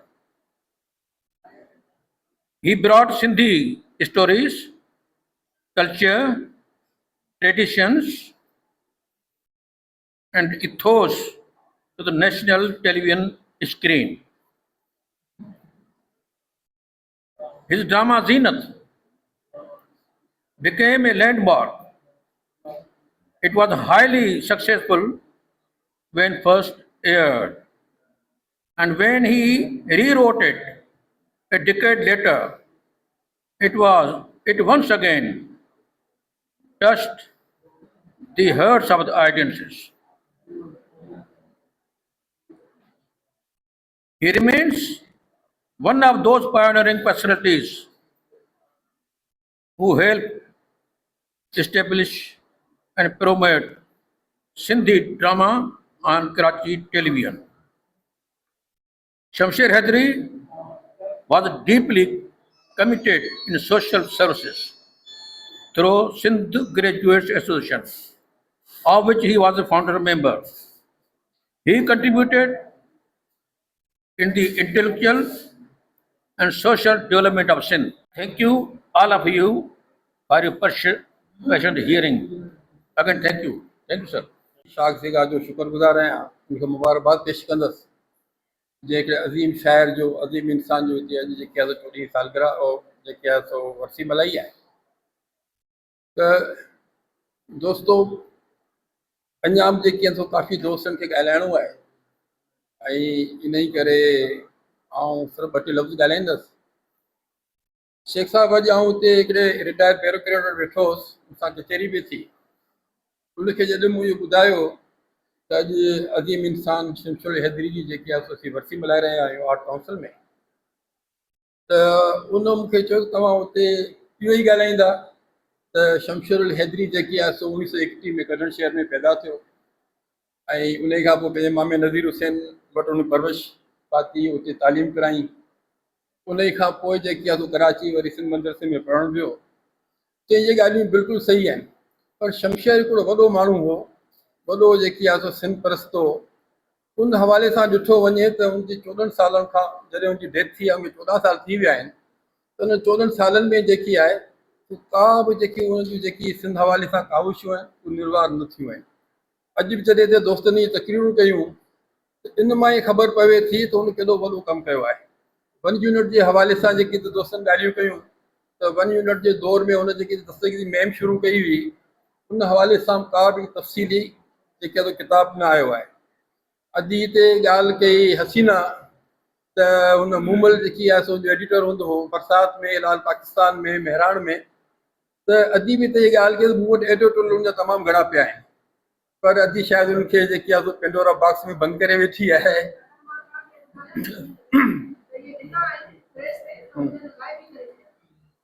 अच्छा, त ॿिया जी photo कापियूं हूंदियूं तव्हां वटि जेकी आहिनि सो। जीअं हिते मेहराण जी ॻाल्हि थी, उन वक़्त में मेहराण अख़बार मार्शल आर्ट दौर में, ज़िया उल हक़ जे दौर में, ऐं डेली साईं हिकिड़ी अख़बार हूंदी मिलंदी कोन्हे, जंहिंमें लिखंदो हलचल जो अॼु टियों ॾींहुं, हलचल जो अॼु टियों ॾींहुं, त हू अख़बारूं मिलंदियूं ई कोन हुयूं। नई ज़िंदगी में जेके उन एडिटोरियल लिखिया या जेकी उन शाइरी कई, त मुंहिंजे हिसाब सां असीं सभु जेके आहियूं हिकिड़े हवाले सां उनमें जेकी असांजी कोताही चई सघे थी त शमशेर जो कमु जेकी आहे उहो तमामु घणो कयल आहे। शमशेर हैदरी जा जेकी आहिनि सो हर साल जॾहिं असीं अहिड़ा प्रोग्राम हिते करियूं त नई ॻाल्हि जेकी आहे शमशेर जी जेकी आहे हिते अचणु घुरिजे। उन हवाले सां असीं हुनजी वरसी त मल्हायूं था, हिकिड़ी सुठी ॻाल्हि आहे, इहा तकरीरूं करे हलिया वेंदासीं। ऐं 14 साल वॾो अरसो आहे, 14 सालनि में मुंहिंजे हिसाब सां त असां काफ़ी जेके आहे सो कोताहियूं कयूं आहिनि। आउं हुन प्लेटफॉर्म तां साईं सुलेमान शेख साहिबु वेठो आहे ऐं ॿिया बि जेकी सिगा जा वेठा आहिनि, उन सभिनी खे गुज़ारिश कंदुसि त जेकी आहे सो शमशेर जो जेकी कमु आहे तंहिंखे जेतिरो बि थी सघे ओतिरो जेके तकिड़ो जेकी आहे सो निर्वाह थियणु घुरिजे, छाकाणि त हीअ इंफॉर्मेशन टेक्नोलॉजी जो दौरु आहे ऐं इन में जेकी हाणे पुराणियूं ॻाल्हियूं जेके आहिनि न उहे हाणे एतिरियूं मैटर कोन थियूं कनि। तंहिंजे करे हाणे असांखे हिकिड़ी नवाण पैदा करणी पवंदी। ऐं आउं इहा गुज़ारिश कंदुसि हिते साईं जेकी सुलेमान शेख साहिबु आहे, शमशेर हैदरी साहिबु आहे, सिगा हवाले सां इहो केतिरो कमु थियल आहे, त उन ख़ाली सिगा जे कम खे बि जेके असीं हिकिड़ो वॾो हिकिड़ो गॾिजी हिकिड़ो छपायूं, साईं वारनि हुते मीटिंगूं कयूं हूंदियूं, ॾुखियनि ॾींहंनि में साईं वारनि हुते स्ट्रगल बि हलायूं हूंदियूं, उन ते बि हिकिड़ो वॾो हिकिड़ो जेकी आहे सो किताब जो अची सघे थो। त जीअं त मूंखां पोइ बि जेके दोस्त हिते काफ़ी वेठा आहिनि ऐं उहो ॻाल्हाईंदा। मां साईं अॼु जो प्रोग्राम साईं जावेद महर साहब जी महिरबानी सां असां कराची प्रेस क्लब जे तावन सां ही प्रोग्राम करे रहिया आहियूं। त आउं गुज़ारिश कंदुसि साईं जावेद महर साहब खे त साईं अचनि ऐं पंहिंजे ख़्याल जो इज़हार कनि। स्टेज ते वेठल क़ाबिल एहतराम शख़्सियतूं, वक़्तु असांखे इहे ॾिहाड़ा जॾहिं मल्हायूं था त डिसिप्लिन जी खोट असां महसूसु कयूं था। अॼोकी तक़रीब में मां ॾिसां थो त दुर्ग जी जदोजहद करण जी ज़रूरत पवंदी जॾहिं त छा था सम्झो, जॾहिं असां 2 कलाक हिकु जाइ ते वेही नथा सघूं, 2 कलाक कंहिं जी ॻाल्हि ॿुधी नथा सघूं, त पोइ मुस्तक़बिल में जेकॾहिं असांखे का टिकी जदोजहद हलाइणी पए, किथे वेहणो पए, किथे धरणो हणणो पए, करे सिंध जी बका लाइ कुझु करिणो पए, त उन महिल असांजी पोज़ीशन छा हूंदी। सो मुंहिंजे ख़्याल में इहे शयूं असांखे ख़ासि तौर ही त छो त ग्रेजुएट्स जी तक़रीब आहे, ग्रेजुएट्स उहे जंहिंखे माना उनखां पोइ अंत थी वञे थो, उनखां पोइ असां ॿियनि खे सम्झाइण वारा आहियूं, ॿियनि खे डिसिप्लिन में आणण वारा आहियूं, पर असां पाण जॾहिं डिसिप्लिन में न हूंदासीं त मुंहिंजे ख़्याल में इहा शइ सुठी न आहे। शमशेर साहब जे हवाले सां इहो ई मां चवंदुसि त उन सां मुंहिंजूं काफ़ी मुलाक़ातूं रहियूं साईं सां, ऐं अहिड़ा सहाफ़ी असां वटि घटि आहिनि, तमामु घटि आहिनि, जेके मां सदाईं ज़िक्र कंदो आहियां त असां हिन महिल जेके सहाफ़त जेका थिए थी पई उहा नौकिरी कयूं था पिया, नौकिरी करे बसि हलिया वञूं था, हिकिड़ी ड्यूटी करे हलिया वञूं था, पर सहाफ़ी जो कमु इहो रुॻो न आहे, पर असांखे हर मामले में सुजाॻ रहणो पवंदो। न रुॻो इहो त पंहिंजी ड्यूटी करे, पंहिंजे 8 कलाक ड्यूटी करे उहा हलिया वञूं, पर उन सां गॾोगॾु असांखे इहो बि ॾिसणो आहे त असांजे समाज में असांजी सिंध सां छा पियो थिए ऐं उन में असांखे छा किरदारु अदा करिणो आहे। शमशेर हैदरी साहब जहिड़ो माण्हू जंहिंसां तव्हां कचहरी बि कयो, वेठा हुजो, मैडम वेठी आहे हसीना, उनखे बि ख़बर हूंदी त हीअं भले तव्हां हिते ई वेठा हुजो, तव्हांजे इन मौजूदगी में 1 ॾेढ जे अंदरि हू पंहिंजो एडिटोरियल बि लिखी वठंदो। सो असांखे अहिड़ा माण्हू घुरिजनि, अहिड़ियूं शख़्सियतूं घुरिजनि। हिकु भेरो मां PTV ते वियुसि, उते शाज़िया ख़ुश्क आयल हुई, उन चयो त जेका हसीना पोपरी जेको मशहूरु गानो थियो, उहो चए असां उते साईं खे चयोसीं त असांखे अहिड़ो शौक़ु गानो लिखी ॾियो, कलाम लिखी ॾियो जेको हीअं हुजणु घुरिजे, हुन आइडिया ॾिनो। पोइ उन कलाक में चवनि था त शमशेर हैदरी साहब कलाक में उहो हिकिड़ो गानो ॾिनो जेको सुपर हिट वियो सॼी सिंध में। सो असांखे त अहिड़ा सहाफ़ी घुरिजनि, अहिड़ा अदीब दाना दानेश्वर घुरिजनि। हिन महिल सिंध बदकिस्मती सां मां चवां थो, सिंध में उहा सहाफ़त बि न आहे, उहे अदीब ऐं दानेश्वर बि न आहिनि जेके वेही असां सां ईअं शमशेर हैदरी जहिड़ा लेख लिखी सघनि। अॼु हिते जेका शिकायत आम महसूसु थी उहा इहा त उनजो जेको मवाद आहे उहो अञा ताईं शाया न थियो आहे। मुसरत साहब चयो, हसीना साहिबा चयो, एडिटोरियल उनजा जेके आहिनि उहे अचणु घुरिजनि। छो त जीअं असां फ़क़ीर मोहम्मद लाशारी जे एडिटोरियल खे यादि कंदा आहियूं, ईअं शमशेर साहब जे एडिटोरियल बि सख़्तु ऐं ज़बरदस्त क़िस्म जा हुआ, ख़ासि तौर MRD तहरीक वग़ैरह।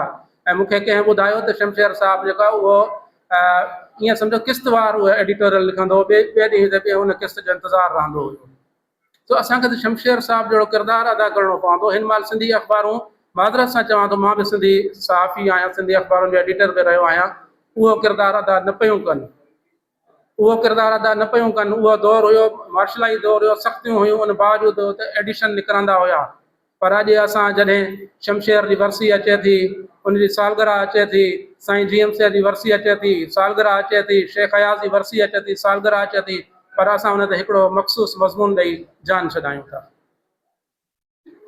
ऐं जॾहिं मूंखे अहिड़ो बि इन ते बि अफ़सोस थींदो आहे त हिकु अहिड़ो शाइर अदीब दानेश्वर जंहिं ते मूंखे यादि में एकता अख़बार में उनजी हयाती में ई एडिशन कढियो, त मूंखे फ़ोन करे चवंदी यार हू त वेठो आहे अञा हयात, तव्हांखे एडिशन कढण जी कहिड़ी ज़रूरत आहे। सो असां मरण जो इंतज़ारु कयूं था त माण्हू मरे त अॼु जेको आहे असां उहो कयूं। नूर मोहम्मद लाशारी साहब मां अक्सर ज़िक्र कंदो आहियां त हू हॉस्पिटल में रहियो, उनखे इलाजु उनजो सही न थियो ऐं हू उतां तंग थी हलियो वियो घर। चई त मूंखे वारनि में जूं पइजी वियूं आहिनि, नूर मोहम्मद लाशारी चयो त मूंखे वारनि में जूं पइजी वियूं आहिनि जो हुते मुंहिंजी का केयर बि न थिए पई, न पाणी वॉशरूम में, न कुझु न काण। ऐं जॾहिं उहो वफ़ात करे वियो त मूंखे यादि आहे त पर्ल कॉन्टिनेंटल में उनजे लाइ तकरीब थी। अहिड़ी तकरीब जो कहिड़ो फ़ाइदो जेको तव्हां 2-4 लख 5 लख रुपया ख़र्च करे हाल हिकिड़ो बुक कराए AC जो तव्हां हुते तकरीब कयो था, पर तव्हां उनखे 5 लख रुपया पंहिंजी हयाती में न ॾिना। त इहे रवैया असांखे तब्दील करणा पवंदा, न त जेको आहे असांखे अॻिते जेका ॾाढी ॾुखियाई थींदी। हिन महिल जेका सिंध जी सूरत हाल आहे उहा इंतिहाई नाज़ुक आहे। माण्हुनि खे सम्झणो पवंदो। जेके चवनि था थी शोशो आहे, हीउ मामला कुझु न थींदो, त उहा असांखे शोशो आहे या जेको बि आहे, असांखे त पंहिंजे चारई पासनि खां जेके शयूं मोर्चाबंदि रहणो पवंदो न। जेका सूरत हाल आहे 1 यूनिट जा जेके हीरोज़ जेके हिते असां वटि अॼु मौजूदु आहिनि, असां हाणे ॿुधायूं त असां वटि हिन महिल 1 यूनिट जा जेकॾहिं या सूबनि जो मामिलो थिए थो, असां वटि कहिड़ा माण्हू मौजूदु आहिनि जेके अहिड़ी क़ुर्बानी ॾींदा, जेके डॉक्टर वारनि ॾिनी या एजाज़ कुरैशी साहब ॾिनी या ॿिया जेके ॾेई विया। सो असांखे अहिड़ा माण्हू तयारु करणा पवंदा, ॻाल्हाइणो पवंदो। बाक़ी असां त इहो चई सघूं था त अलाह न करे त सिंध ते अहिड़ो को ॾुखियो वक़्तु अचे, पर अचे त तयारु रहणु घुरिजे। मां इन शहर सां प्रोफेसर मुश्ताक उमर जे शहर सां पंहिंजे ईअं सम्झो त सिंध जे मसइलनि जी निशानदेही बि थिए थी ऐं उन भिटाई जी दुआ बि आहे। पर उहो भिटाई जी दुआ सां गॾोगॾु हाणे कमु थोरो अॻिते वधियो आहे। असांखे पंहिंजी जदोजहद बि करणी पवंदी। भले वेठा दुश्मन घड़नि साज़िशूं, भले वेठा दुश्मन घड़नि साज़िशूं, मजाला करे को फना सिंध खे। भले वेठा दुश्मन घड़नि साज़िशूं, मजाला करे को फना सिंध खे। सदा साई रहंदी ही धरती अमड़, भिटाई जी आहे दुआ सिंध खे। साईं वॾी वॾी महिरबानी। हिकिड़ो असली तकरीब आहे, हिन तकरीब जी मुकमिल recording voice of Sindh London ते नशर कई वेंदी।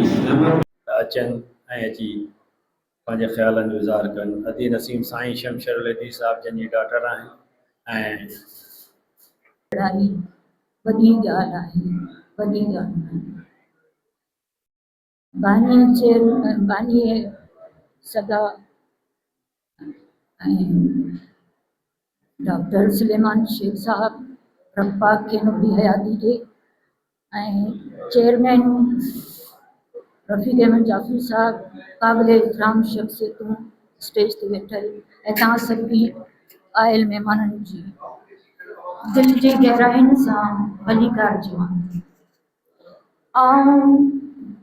सचल रोड जे सदा शाह जी तमामु घणी घुराईंदी आहियां। पहिरीं प्रोग्राम उन्हनि बि सोचियो करण जे लाइ, पर पोइ कराची शाहकार जो प्रोग्राम बि थियो ऐं उन्हनि जी तमामु घणी शुक्रगुज़ार आहियां। मूंखे समीना मेमण नज़र पई अचे अॼु काफ़ी अरसे खां पोइ, त मूंखे यादि थो अचे 2013 में मेहराण जी एडिटर हुई ऐं जेको आहे सो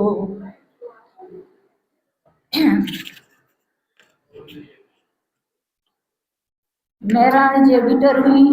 उन वक़्तु जेको मेहराण बाबा जी वफ़ात खां पोइ जेको उन शाया कयो, तमामु बहितरीनु किताब नंबर शमशेरुल हैदरी, जंहिंमें सभिनी जी मालूमात हुई शमशेर जे बारे में, पंहिंजे ख़्यालनि जो इज़हार हो ऐं उन सां गॾु जेके तस्वीरूं हुयूं जेके असांजी फैमिली मेंबरनि जूं रंगीन, उहे तमामु ज़बरदस्त थियो। तमामु किताब पसंदि आयो। महिरबानी समीना मेमण। ख़ुददारी, उसूल परस्ती, ज़िम्मेदारी ऐं ईमानदारी, इहे उहे गुण आहिनि, उहे उसूल आहिनि जिन ते शमशेर हैदरी पंहिंजी पूरी ज़िंदगी गुज़ारी।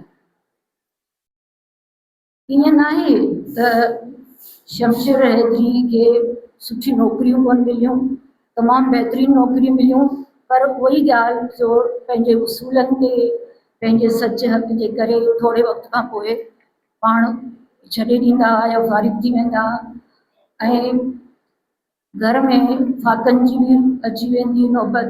पर उन ज़िंदगी खे तरजीह ॾिनो, पर पंहिंजे हक़ सच जी रस्ते ते कोन छॾे। इंसान जी जेका शख़्सियत आहे उन ते नाले जी बि वॾी असर थिए थो।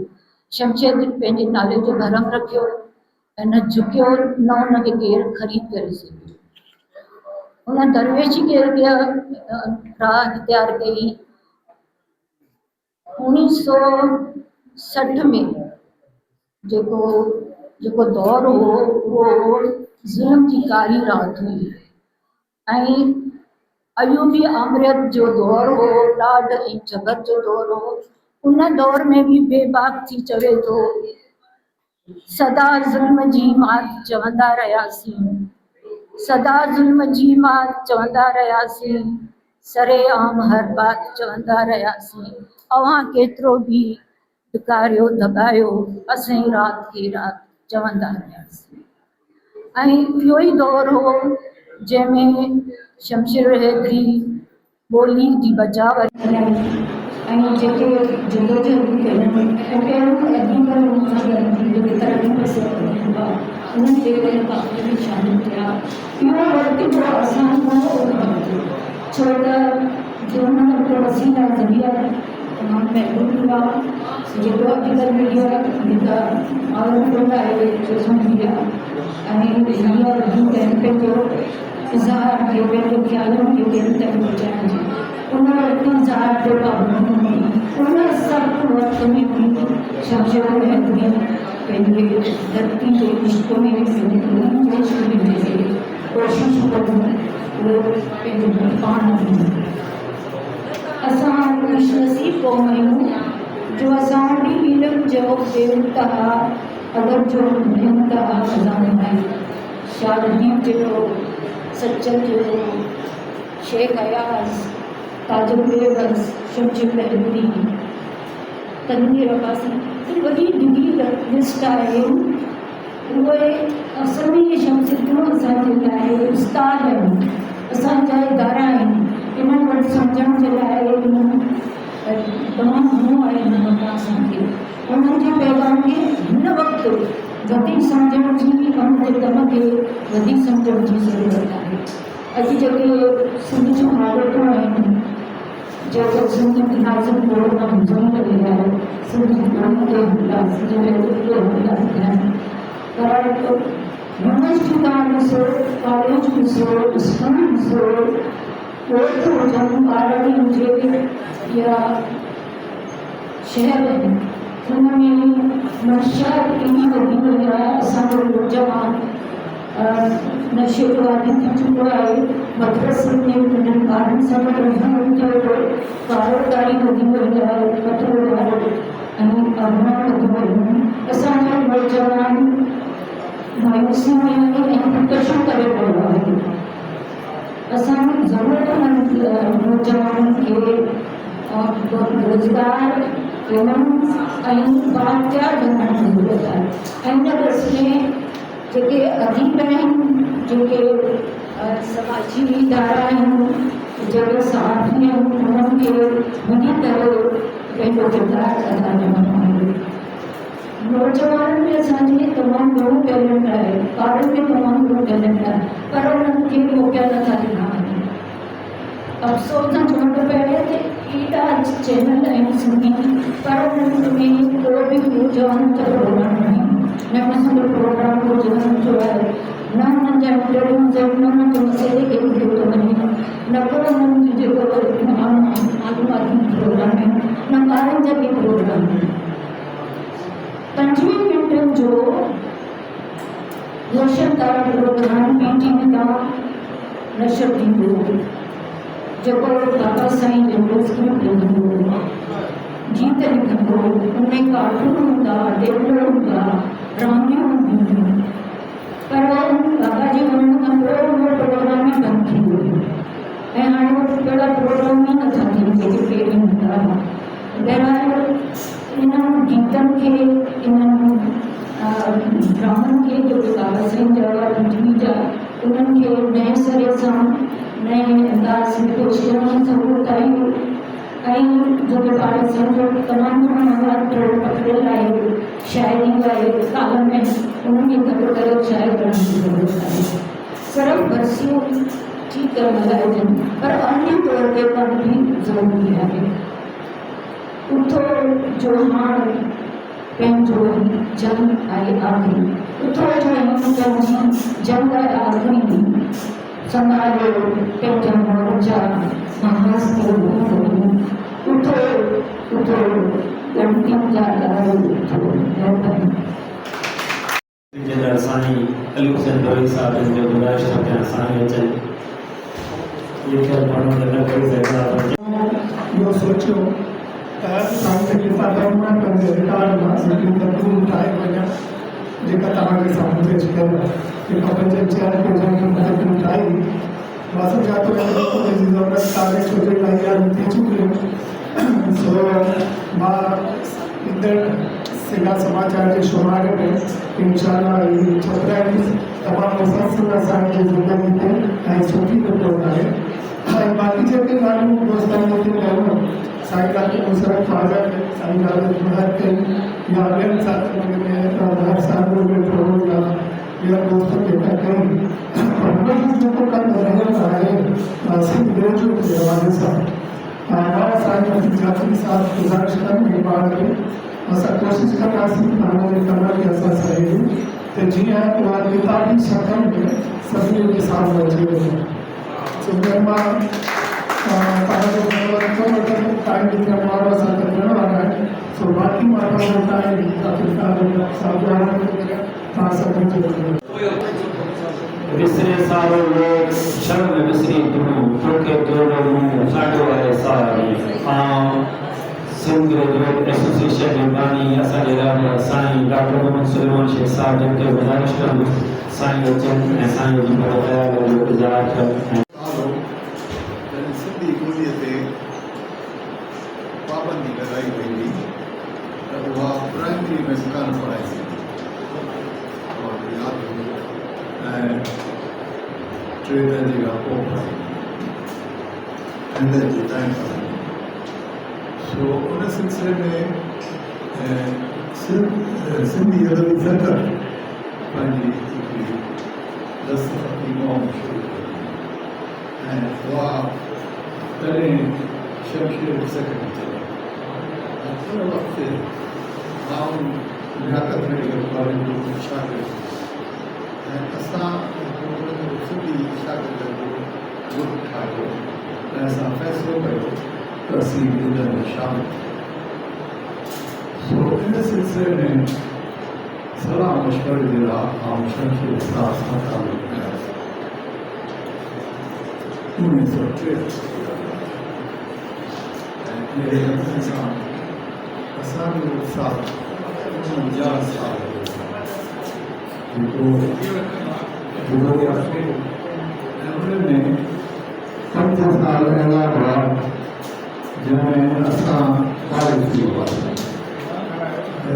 साईं पाकिस्तान क्वार्टर्स मिलंदो ऐं आउं सिंधी सरवारी फ्लैट मिलंदो त उते असांजो अचणु वञणु आसानी सां हो ॿारनि बचनि पियो ॿारनि अचणु वञणु ऐं असां हिकिड़े घर जी पार्टी वांगुरु पंहिंजा दुख सुख वठी इहो थोरो हो 1988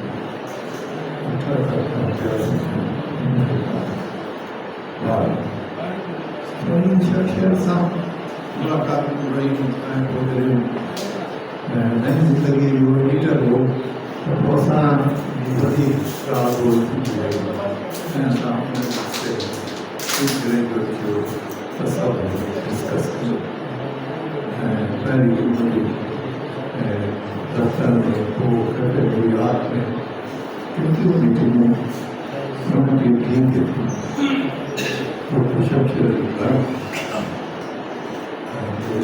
चार चकी में बाद की याद हुई असां वृंदावास में आते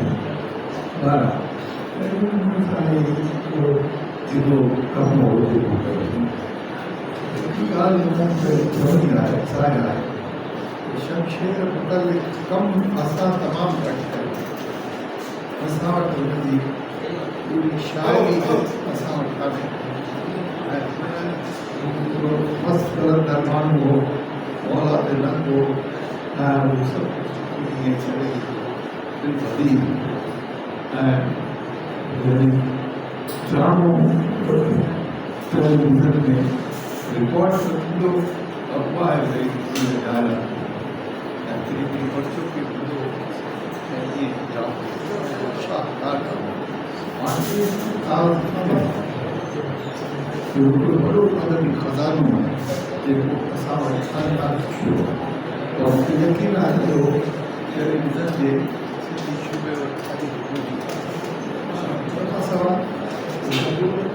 शानदार महाराण जा एडिटोरियल्स ज़माने में माण्हू अख़बार कोन पढ़ंदा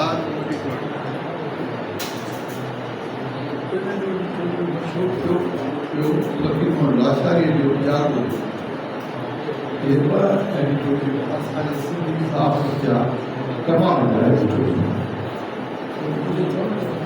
हाणे को दोस्त महाराण जे एडिटोरियल्स खे गॾे करे किताब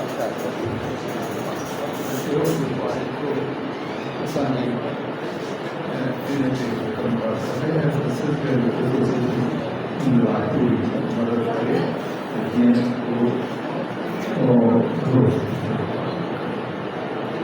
शमशेर कलाम शमशेर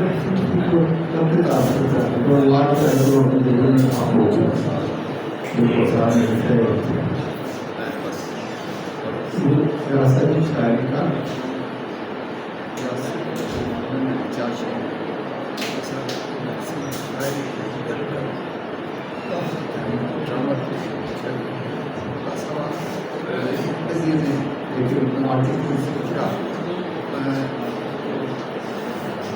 बहरान साले में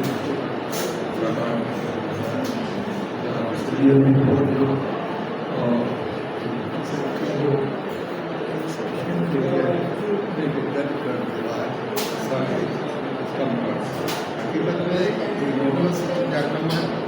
यूनिवर्सिटी पंहिंजे कंहिं शागिर्द खे मोनोग्राफ कंदा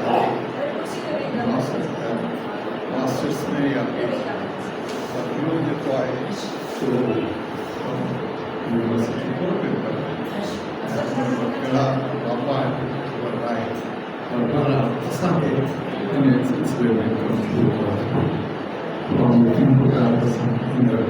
मिलंदासीं त इंशाअल्लाह कोन किताब पेश कंदासीं।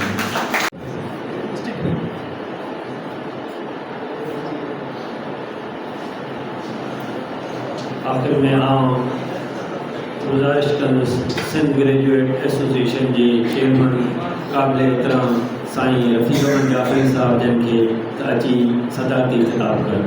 साईं रफ़ीक अहमद जाफ़री साहब वाबस्तगी उनकी बीमारियों तो ये सब शयूं जेके अकेडमी में तमामु माण्हुनि खे ॻाल्हाए सघिजे थो उनजे लिखण जो पंहिंजो अंदाज़ हो कंहिं वक़्तु जेको ॿुधायो त हुनखे मुंहिंजे ख़्याल में जावेद हुसैन साहब ॿुधायो त पोइ गीत लिखणो जल्दी कोन लिखंदो हिकिड़ो गीत तव्हांखे ज़हन में हूंदो जेको सो इहो जबल मथे जुड़ वारो जेको लोकगीत आहे या मुंहिंजे साम्हूं जी ॻाल्हि आहे त हुनखे कंहिं प्रोड्यूसर जेको सो सुल्तान सिद्दीकी जो माण्हू आयो कॾहिं मोबाइल वग़ैरह कोन हुआ त गानो खपे वरीना मनोज खे ॻाइणो आहे सुभाणे अॼु हुनजी धुन ठहंदी चई बाबा ठीकु आहे कमरे मां जेको सो निकिरो चांहि खपे ऐं पोइ चांहि ऐं सिगरेट ते वेही उन वक़्तु लिखी मोकिलियो जेको तमामु घणो मशहूरु थियो हुनजो तमामु घणियूं हुनजो जेके तस्लीमात आहिनि तफ़रीक़ात आहिनि जेके इन तरीक़े सां लिखियूं वयूं ऐं उहे मशहूरु थियूं त इहे सभु शयूं जेके आहिनि से हुनजो वधाइण जहिड़ियूं पयूं ॻाल्हियूं करण जहिड़ियूं पयूं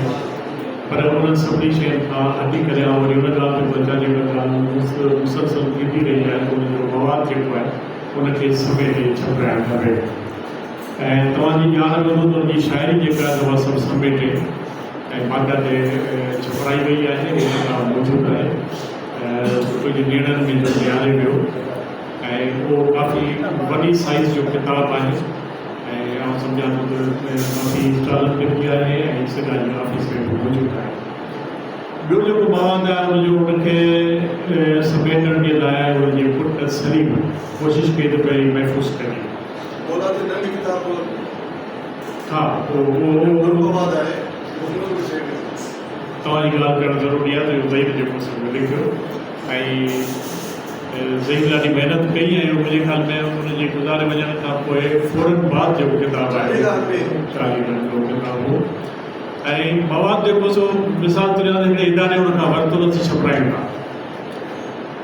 सिंध जे बजट ते हलंदड़ उन इदारे जॾहिं घणे वक़्त ताईं न छपिरायो मक़बूल सही में जॾहिं हुन खां पुछा कई हुई त हुननि चयो त इहे मार्शल जे दौर में लिखियलु आहे फ़ौजियुनि जे ख़िलाफ़ु आहे, सो इहो पॉलिसी में जेको सो न आहे उहा ठीकु आहे, भला मवाद वापसि करियो, उहो मवाद अॼु ताईं वापसि कोन थो मिले।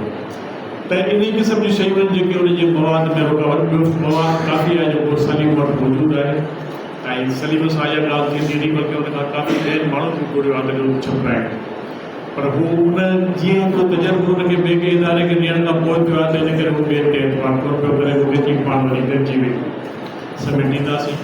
ऐं हिन वक़्तु सलीम मुल्क खां ॿाहिरि आहे, यूरोप में आहे पंहिंजी फैमिली समेत, ऐं इन ते पहिरियों कमु थियणो आहे। पर उन खां सवाइ बि मवाद जेको आहे सो सम्झो त जीअं असांखे गुरू साहब ॿुधायो त असांजी ऑफिस मां काफ़ी रिकॉर्ड मिली वेंदो हुयो, उनजा जेके ठाहियल रिसाल आहिनि उन्हनि में या उनजा जेके आहिनि एडिटोरियल्स वग़ैरह आहिनि जेके मुंहिंजी कल में अभी हसीना चवे थी उन्हनि मौजूदु आहिनि, इहा कोशिशि कबी त उनखे छपराइबी आहे। डॉक्टर साहब इहा ॻाल्हि कई आहे त उहो किताबु जेको आहे असां पंहिंजी ज़िमेदारी में कयूं था, इहो किताबु शायदि छपराईंदासीं।